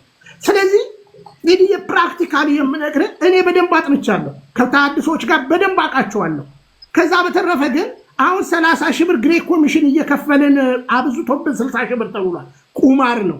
1600 ብር ነበር የሚከፍሉት። በመረጃ በኋላ አሳያለሁ። ከነቤታቸው ጭምር ነው የማሳየው በኋላ ማለት ነው። አዳራሹ ጭምር የተከራዩት ጭምር። አሁን ቤዛ ሄደዋል። አሁን ደግሞ ሌላ ነገር እየተዘጋጀላቸው ነው። ስለዚህ ማንን ነው የሚያታልሉት? ማንን ነው የሚያታልሉት? ስለዚህ በተነሳው ነገር ላይ ምስካየ ኅዙናን እንግዲህ ቀዳማዊ ኃይለ ሥላሴ ሉተራናውያን ናቸው ብለው ደፍረዋል እነዚህ ሰዎች ማለት ነው። እሺ እየጨረስኩ ነው። ስለዚህ እውነታው ግልጽ ነገር ነው። ምናልባት ከደቂቃ በኋላም በኔ ቤት ገብቼ እሰራበታለሁ። በስተመጨረሻ ጽጌ ስጦታው የዛሬ 3 ዓመት 4 ዓመት ከኔ ጋር እርዳታ ሚስቱ ታማ ተሰብስቦለታል። እርግጥ አንድ መሰረታዊ ነገር ልናገር። ጽጌ ስጦታው የተሰበሰበለት ገንዘብ በኔ ዩቲዩብ ላይ አለ። እሱ በእውነት ሁሉም በፕሮቴስታንት አዳራሽ ሄደው ካልተዘፈቁ ካልተጠመቁ እኔ እቀጣለሁ። ስለዚህ ጽጌ ስጦታው ራሱ እሱም ሆነ ባለቤቱ HIV ብሎ እሱ ስላነሳ እኔ ልክፈልና ሁለቱም ባለቤቱንና እርሱን ወስጄ እኔ ከፍዬ ላስመርምራቸው። ምክንያቱም ዛሬም የሕክምና ልመና ላይ ያለው እኔ ለምን ያሳከምኩት ሚስቱን ይሄው መረጃ አለ። በኋላ አሳያለሁ በዩቲዩብ ላይ ማለት ነው። ስለዚህ በውሸት የሚከብር እግዚአብሔር አለ ወይ? በቃ ፕሮቴስታንት ውስጥ ግቡና እዛ ጋር ኑሩ። መሀል ሰፋሪ መሆን አይጠቅምም። ልክ እንደ ሌሎቹ ደግሞ ተማሩ። የመጡት ቀጥታ ለምሳሌ መተው እነ በጋሻው ሄደው ፕሮቴስታንት ጃፒ ጋር ገብተዋል። ሌሎቹም እንደነሱ ግቡ። መሀል ሰፋሪ ሆናችሁ ህዝቡን አታደናግሩ። ከዛ በተረፈ ግን እኔም ማምነው እናንተ ሃይማኖት ከሆናችሁ ተሐድሶ የሚባል ሃይማኖት ካላችሁ እሺ ጀግና ከሆንክ የሰላም ሚኒስቴር ላይሰንስን አሳየ። የታደሰ የሰላም ሚኒስቴር ላይሰንስን አሳየ። ወፍ የለም ያለው ቅድም ተናገር ነበረ። ለአንዳንድ ጉዳይ ሰፈር እንዳንበጣበት ከካውንስሉ ፍቃድ እንወስዳለን። ወስዳሉለ ውለታውንም ደግሞ አትርሱ። ስለዚህ ቴዲዬ ከልብ ነው ማከብረ፣ ከልብ ነው ማመሰግነ። በውሸት የሚከብር እግዚአብሔር የለም። ጽጌ ዲያቆን ነበረ እንግዲህ እሱ በጻፉ ላይ የጻፈው ይሄን ቆብ ዲያቆን ያደርጋል ወይ? አሁን ሌላው ምስካይ ሱናኒ ሌላ ትምህርታኒ ዲያቆን ነው ዲያቆን ነኝ ብሏል ራሱ። ዲያቆን የተለያየ ቆብ ነው በነገራችን ላይ የሚያደርገው ማለት ነው። በዲያቆን የሆነ ሰው እንዲያይነት ቆብ ይሄ ማደናገሪያ ነው፣ በነገራችን ላይ ማደናገሪያ ነው። መሪጌታም አይደለም ራሱ መሪጌታ አላለም። ቴዲዬ ከልብ ነው ማመሰግነ። እውነትን እውነት በሉ። ትውልድ ንቃ። ከደቂቃ በኋላ እንገናኛለን። ቴንኪው ቴዲዬ። ቴንኪው ከልብ አመሰግናለሁ ቢኒ። 4 ደቂቃ ቃል በገባሁት መሰረት ለኢዮብ እሰጥሃለሁ። ኢዮብ አለ ለው 4 ደቂቃ እንዳታስበልጥ። እሺ ዜና ያክብርልኝ። አንድ ውሸት በማጋለጥ ልጀምር። ቅድም ምን ተብሎ ነበረ? ገንዘብ ይሰጡናል፣ ቢሮ ሰጥተውናል፣ በአገልግሎት አንሳተፍም ብለው ነበረ። ፍጹም ውሸት ነው። ይኸው ተመልከቱ። እዚህ ጋር የእንጦጦ መካነ ኢየሱስ ቤተክርስቲያን ቅድም ገብቶ የወጣው ጌታቸው የተባለው ሰው እያስተማረ ተመልከቱ። የእንጦጦ መካነ ኢየሱስ የእሁድ የአምልኮ ፕሮግራም ይላል። ይበቃናል። ወደ ሐሳቡ ልመለስ። ውሸት ጥሩ አይደለም። ወደ ሐሳቡ ስመለስ ከመጨረሻው ልጀምርና ይሁዳ የመጽሐፍ ቅዱስ ቅኖናችሁን ከየት አመጣችሁ? ስንት ነው ቅኖናችሁ ብሎ ጠይቆ ነበር። አልተነካም። ፕሮቴስታንታዊ ስለሆነ ቅኖናቸው እሱን ሊናገሩ አይችሉም። ምክንያቱም ከፕሮቴስታንት ጋር አንድ አይደለንም ብለው ሲናገሩ ስለነበረ ከዛን ወደ የትኛው ዘመን እንመለስ የሚል ጥያቄ ጠይቄ ነበረ። አልተመለሰልኝም። ምንድነው የተነሳው? በጉባኤን ማንስቼ ነበር። ጉባኤ ከተቀበላችሁ ያነሳሁት ምን ነበረ? ለኃጢአት ስርየት ይላል። ለምሳሌ ቤተክርስቲያናችን የምትቀበለው ጉባኤ ማለት ነው። እና ለኃጢአት ስርየት ብላችሁ ታምናላችሁ ወይ ስል እዚህ ጋር 3 ነገር እናያለን። ጌታቸው የለም ቅዳውን ያልነው ማለት ነው። አያምንም ጥምቀት ለድህነት ብሎ አቶ ጽጌ ደግሞ ጥምቀት ለኃጢአት ስርየት ብለው ተናግረው ነበር ቅድም። ቀጥሎ ያለው ድምፀ ተዋህዶ ምናምን የሚባለው ደግሞ አይ እሱ ወይ ብርሃን ከሁለት አንዱ ይቅርታ ጥምቀት ለድህነት የሚለውን አላገኘውም ብሎ ነበረ። እዚሁ ጋር 3 አፋየን ማለት ነው። ከምን የመነጨ ነው ከተባለ ዶክትሪናችን እየተሰራ ነው ብለው ነበረ አቶ ጽጌ። ከዛ አንጻር እንደሆነ እንረዳለን። የሌለ ዶክትሪን ላይ ቆሞ ውሸት ላይ ሐሰት ላይ ቆሞ ማደስ አይቻልም ማለት ነው። ወደ ቤዛ የሚለው ሐሳብ ጋር ሲመጣ የሙሴ ቤዛነት እኮ አይወዳደርም አሉ። ታዲያ የማን ነው የማርያም ቤዛነት ይወዳደራል ያለው ማን ነው? የሙሴን ቤዛነት ከክርስቶስ ካላወዳደሩ እኛም የማርያምን ቤዛነት አናወዳደርም። የሔዋን ምትክ ነሽ ስንል ነው ቤዛዊት ዓለም ምንላት እንጂ ኢየሱስን ትተኪያለሽ አንልም። ይሄው አንልም ብለናልን። እንግዲህ ከዚህ በኋላ ትላላችሁ ብሎ የሚባል ከሆነ ማለታችን ይፈልጉታል ማለት ነው። የፍሬምናጦስን እምነት ያምናሉ ወይ የሚል ጥያቄ ተጠይቆ ነበር። አያምኑ። ምክንያቱም ፍሬምናጦስን የሾመው አትናቴዎስ ገዳማዊ ሕይወትን የሚያበረታታ የሚያስተምር አባት ነው። አባ እንጦንስንም ገድል የጻፈው እሱ ነው። እሳቸው ምን አሉን? ገድል እኮ በመጽሐፍ ቅዱስም አለ አሉ። ቤተክርስቲያናችን ታዲያ እሱን እኮ ነው ያደረገችው። ታዲያ ወዴት ነው የሄዱት? ሌላኛው ዶክትሪን እየተሰራ ነው ያሉት ላይ ማነሳው ነገር ሁላችሁም እንድታውቁት ዶክትሪን ሳይኖራቸው ነው እስከዛሬ ሲቃወሙ የነበሩት ማለት ነው። ቤተክርስቲያን የሚቃወሙት ምንም አይነት ትምህርትና ዶክትሪን ሳይኖራቸው መሆኑን ልብ ልንል ይገባል። ከዛ ምን አሉ? እዛው ያሉ ጠብቁን የምንላቸው አሉ። ተመልከቱ፣ እዛው አሉ፣ ይቀድሳሉ፣ መሪጌቶች ናቸው። እሳቸው እንዳሉ ቄሶች፣ ዲያቆናቶች ናቸው። አንዴ ቃለ እሺ ቴንክ። ስለዚህ ቤተክርስቲያን ውስጥ ሆነው ግን ደግሞ እዛው ሆኖ የተባሉ አሉ። ለሆድ አደር ይባላል ይሄ። እንግዲህ እንደዛ ካሉና እዛው ሆኖ ካሏቸው እናንተም ለሆዳቸው እደሩ እያላችኋቸው ነው ማለት ነው። ምክንያቱም እምነታቸውን ደብቀው ለሆዳቸው ስለተቀመጡ ለእምነት መጨከን ያልቻሉ ሆዳደሮች እንዳሉ እየነገሩን ነው። ስለመሰሉት ቢያወሩ ብዙም ላይገርምን ይችላል። አልወጣም ጫማ ጠርጋለሁ እዛው ሆኜ ብለው ነበረ። ታዲያ ጫማ ለምን አልጠረጉም? ዶክትሪን ከሚያዘጋጁ በየፓስተሩ ጋር ከሚገኙ ለምን እንደዛ አላደረጉም ነው። እንግዲህ ደቂቃ ስለሌለ ይበቃናል። አመሰግናለሁ ቴዲ። እግዚአብሔር ያክብርልኝ። እግዚአብሔር ያክብርልኝ። ኢዮብ መሪጌታ እርስዎ ኖት አሁን ያሉት የመጨረሻው ተናጋሪ በተነሱ ጉዳዮች ላይ ቀደም ሲል ቃል በገባሁት መሰረት 5 ደቂቃ ሰጥቼዎታለሁ። አለኝ የሚሉትን ነገር በተነሳቦት ነገር ላይ ማጠቃለያም ምላሽም ካለ በ5 ደቂቃ ውስጥ። እሺ አመሰግናለሁ። ጊዜ አጥሮ ሰዓትህ በቃ በተባልን ቁጥር ስናቆም መልስ የሌለን መልሳተን ተሸማቀኝ ያስቀረነው ለማስመሰል እየሞከሩ ነው። እንደዚህ ግን ህሊናችሁ እንደዛ ባይዳፈር ባይሄድ ጥሩ ነው። አትናቴዎስ መነኩሴ አይደለም ሲጀመር። አትናቴዎስ መነኩሴ አይደለም። አትናቴዎስ የቤተክርስቲያን አባት ነው። በምንኩስናም አይደለም። ከሐዋርያት እንደመጣው እንዲሁ በጥቁር ራስ ነው አገልግሎቱን የሚያገለግል የነበረው። አባ እንጦንስ ከ80 ዓመት በኋላ በረሃ ከወደቁ ከ80 ዓመት በኋላ ነው ሚካኤል መጥቶ አመነኮሳቸው የተባለው እና ሚካኤል አባ ሚካኤል ይባላል በድጓ። የሚገርማችሁ ነገር የመላእክት አመንኳሽነትን ፈጽሞ ስህተት እንደሆነም ደግሞ በዚህ አጋጣሚ እንድታውቁ ትፈልጋለሁ። መላእክት አያመነኩሱም፣ ስርዓቱም አይፈቅድላቸውም። ምንኩስና ራሱ ስህተት ነው በክርስቶስ ቤዛነት እንጂ በምንኩስና ጽድቅ ስለሌለ። ስለዚህ ይህንንም በዚህ አጋጣሚ ወቁት። ፍሬምናጦስም መነኩሴ አይደለም። ወንጌል ተቀብሎ ተሹሞ ጳጳስ ሆኖ የመጣባት እንጂ ፍሬምናጦስ መነኩሴ አይደለም። 9 መነኮሳት ናቸው ምንኩስና ይዘውብን የመጡ። ይህንን ወቁልኝ። ጥምቀት አያድንም፣ አዎ አያድንም። ቅድም እኮ ነግሬያለሁ። 2 ቤዛ የለም፣ 3 ቤዛ የለም። የመቃብር ቤዛ፣ የጥምቀት ቤዛ፣ የክርስቶስ ደም ቤዛ የሚባል ነገር የተደራረበ ቤዛ የለም። ድንግል ማርያም ቤዛዊተ ኩሉ አትባልም። ቤዛው አንድ ደሙ ብቻ ነው ብያለሁ። ስለዚህ ስለ ጥምቀት እንትና እንደዚህ ለማለትና ምስቅልቅል ለማድረግም ባይሄድ ጥሩ ነው። የማርያም ቤዛነት በዚህ አጋጣሚ የምለው እንደ ክርስቶስ ሌሎች ቤዛ ተብለዋል። የድንግል ማርያምን እስኛ መቻ እንዴ? ድንግል ማርያምን ቤዛዊተ ኩሉ ዓለም ነው ያለው። የሙሴ ቤዛነት የአንድ ወቅት የእስራኤል ታሪክ ነው። ድንግል ማርያምን ቤዛዊተ ኩሉ ዓለም እንዳልካት አትገነዘብልኝም ወንድም አለ። የክርስቶስን ቤዛ ኩሉ ዓለም እንዳልከው እኮ ነው ድንግል ማርያምንም ቤዛዊተ ኩሉ ዓለም አንድ ሳይቀር ያለን ቤዛ የሆነችው። ይሄ ስህተት ነው፣ ትክክል አይደለም። መጽሐፍ ቅዱሳዊ መልእክት የለውም፣ ኑፋቄ ነው እኮ ነው ያልኩትኝ እኔ። ከዚያ ቀጥሎ ሆዳደር የሚል ቃል ተነግሯል። ይሄም ጸያፍ አነጋገር ነው። ሆዳደር ባይባል ጥሩ ነው ሲጀመር። ለምሳሌ እዚያው ከቤተ ክርስቲያኒቱ ውስጥ እዚያው ቆዩን ያልናቸውን ሆዳደር እንደሆኑና ለሆዳቸው አድረው ለሆዳቸው ተገዝተው እዚያ እንደተቀመጡ አይደለም።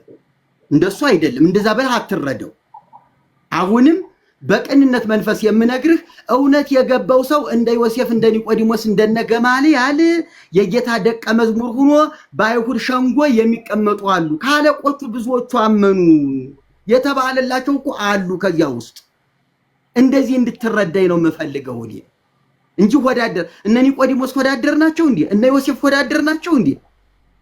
በስውር የጌታ ደቀ መዝሙር የተባሉ እነ ገማልያል የመሰሉ ሐዋርያት እንዳይገረፉ ሲሞግቱ የነበሩ ግን የአይሁድ ሸንጎ አባል የነበሩ የሕግ መምህራን የነበሩ እነዚህ ወዳደር አይደሉ። ስለዚህ እንደነዚህ አባቶች እኛም አጥንተን ከዚያው ሁኑልን። እውነት ገብቷቸዋል፣ ከእውነት አትናወጡ፣ ግን ውጡ እስካላላችሁ ድረስ እዚያው ሁኑልን ብለን ያስቀመጥናቸው ናቸው እና እንደዚህ አይነት ባይሆን ጥሩ ነው። ይህንን በዚህ ልጨርስና ዲያቆን ጽጌ ነው፣ ምንም ሙያ የለውም፣ ዲያቆን ነው፣ ዲቁናውም ዝም ብሎ ነው ብሏል በሌላ መድረክ ላይ። ይሄ ነገር ይታይልኝ።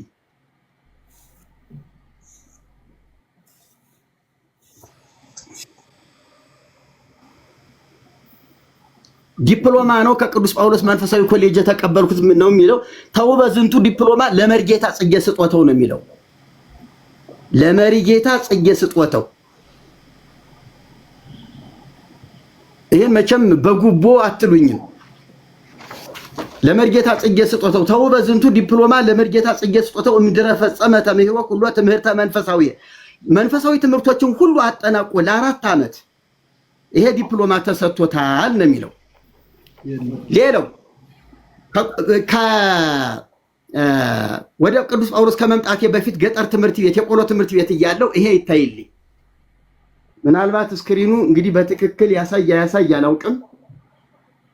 ምናልባት ይሄ ነገር ግንቦት 27 ቀን 78 ዓመተ ምህረት የመዝገብ ቅዳሴ መምህር የሆኑ መምህር ጽጌ ድንግል ጽጌ ስጦተው የተባሉ የዜማውን ልክ አመሉን ተቃራኒውን ለይተው ጠንቅቀው ስላወቁ ብዙ የወልዱ ሙያውን ምግባሩን አይተው አንዱን ይወዱ እንዲሉ በረከተ ሙሴ በኢያሱ፣ በረከተ ኤልያስ በኤልሳ፣ በረከተ እግዚእነ ኢየሱስ ክርስቶስ በሐዋርያት በሰባ አርድእት፣ በረከተ ጴጥሮስ በቀሌምንጦስ፣ በረከተ ቅዱስ ጳውሎስ በጢሞቴዎስ፣ በረከተ እንጦንስ በመቃርስ፣ በረከተ አቡነ አረጋዊ በአቡነ ተክለ ሃይማኖት፣ በረከተ አቡነ ተክለ ሃይማኖት በመድኃኒነ እግዚእ፣ በረከተ አቡነ መድኃኒነ እግዚእ በአቡነ ሳሙኤል፣ በረከተ አቡነ ሳሙኤል በበኪሞስ እንዳሳደረ እግዚአብሔር ሀብተ መምህራን በረከተ መምህራን ያሳድርቦ ብዬ መርቄ እንዲያስተምሩ ፈቅጀላቸዋለሁ ይላል።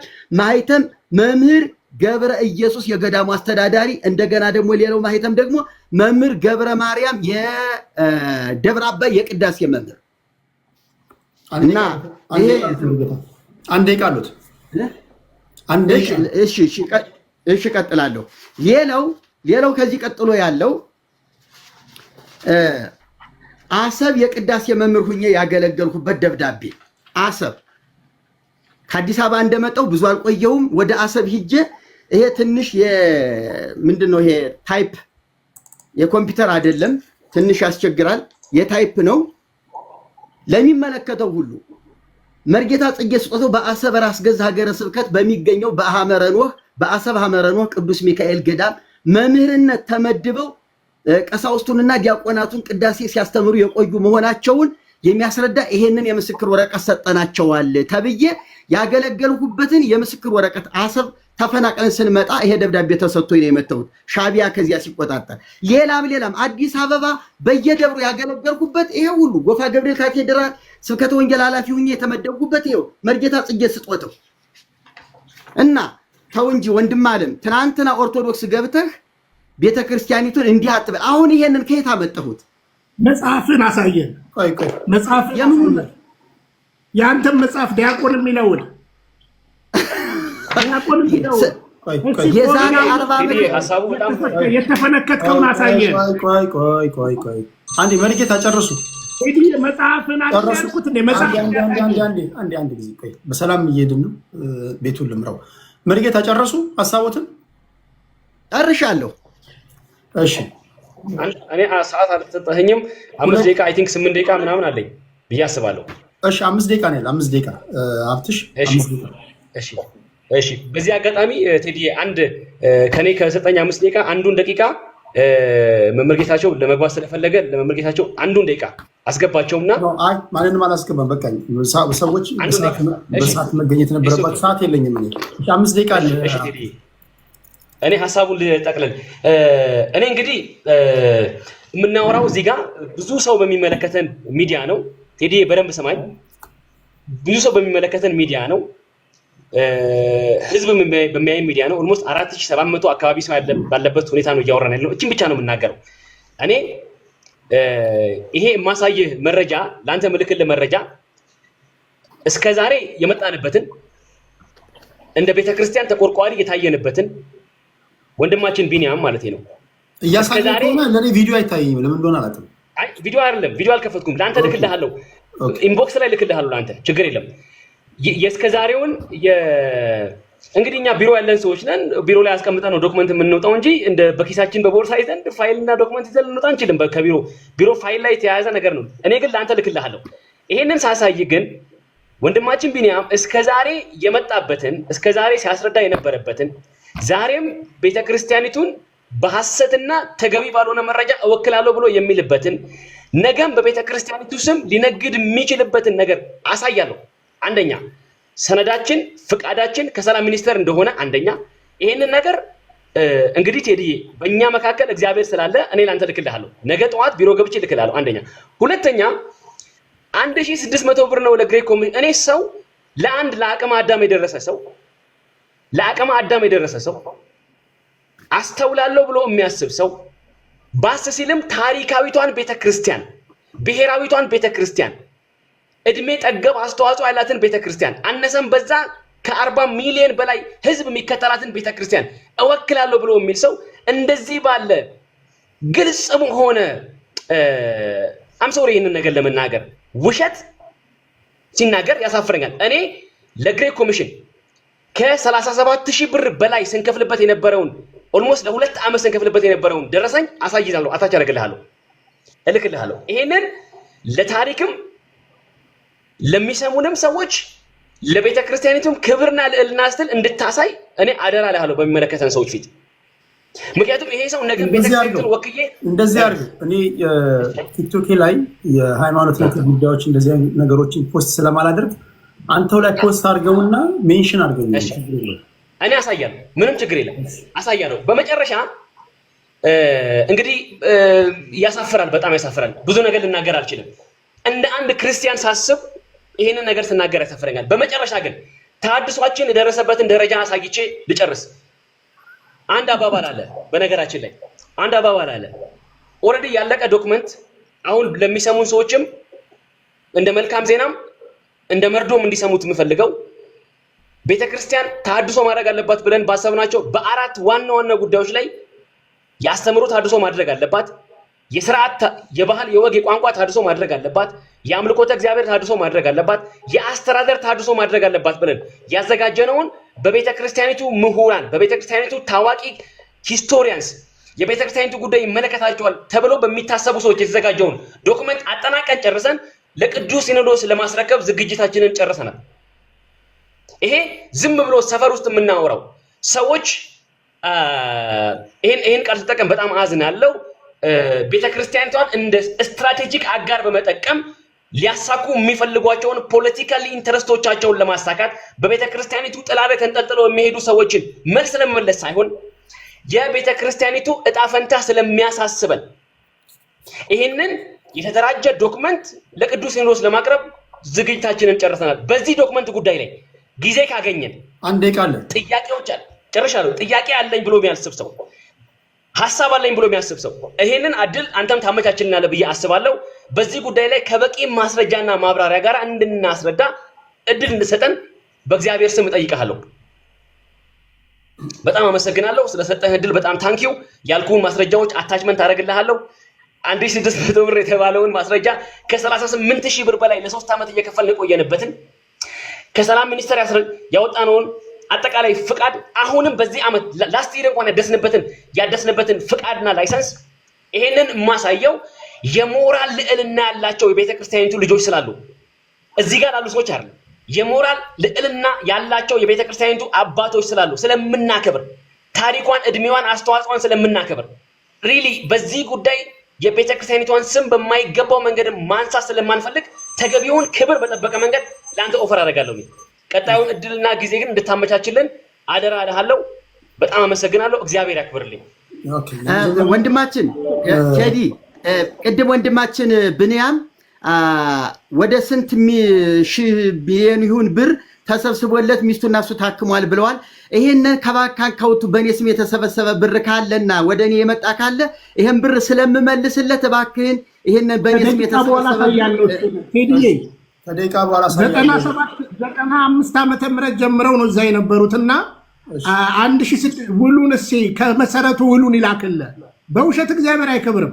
እሺ ያቺ ቆርቆሮ ቤትን በ1600 ብር ካልተከራዩ ከውሉ የውሉ መሰረትን ጭምር እንዲልክልህ አደራ በለው እየሰማኝ ስለሆነ። ከዛ በተረፈ የየትኛው ተሐድሶ ላይሰንስ ነው የሚያሳየን? የተለያዩ ናቸው ተሐድሶውያን። አማኑኤል አሉ፣ መድኃኔዓለም አሉ። የትኛው ተሐድሶ ነው? እሺ ከደቂቃ በኋላ ነው ላመስግናችሁ። የመጀመሪያው ነገር እኔን ታናሻችሁን እኔ ባለም ያለውትን ሰው አምናችሁብኝ መድረክ ክፈትልን ብላችሁ ስለመጣችሁ ከልብ አመሰግናለሁ። ተው ስላችሁ ስለሰማችሁኝ ስለተተናችሁ ብዙ ነገር ከእናንተ ተመሪያለሁ። እግዚአብሔር ያክብርልኝ። በተቻለ መጠን የሁላችሁም ድምፅ እንዲሰማ መድረክ ከፍቻለሁ። እግዚአብሔር ከክፉ ይጠብቃችሁ። የቴዲ ሐዋሳ ቤተሰቦች ከልብ እናመሰግናችኋለን። ሁላችሁንም በክብር ላሰናብታችሁ። በሌላ ጊዜ እስክንገናኝ ድረስ ጤና ይስጥልኝ።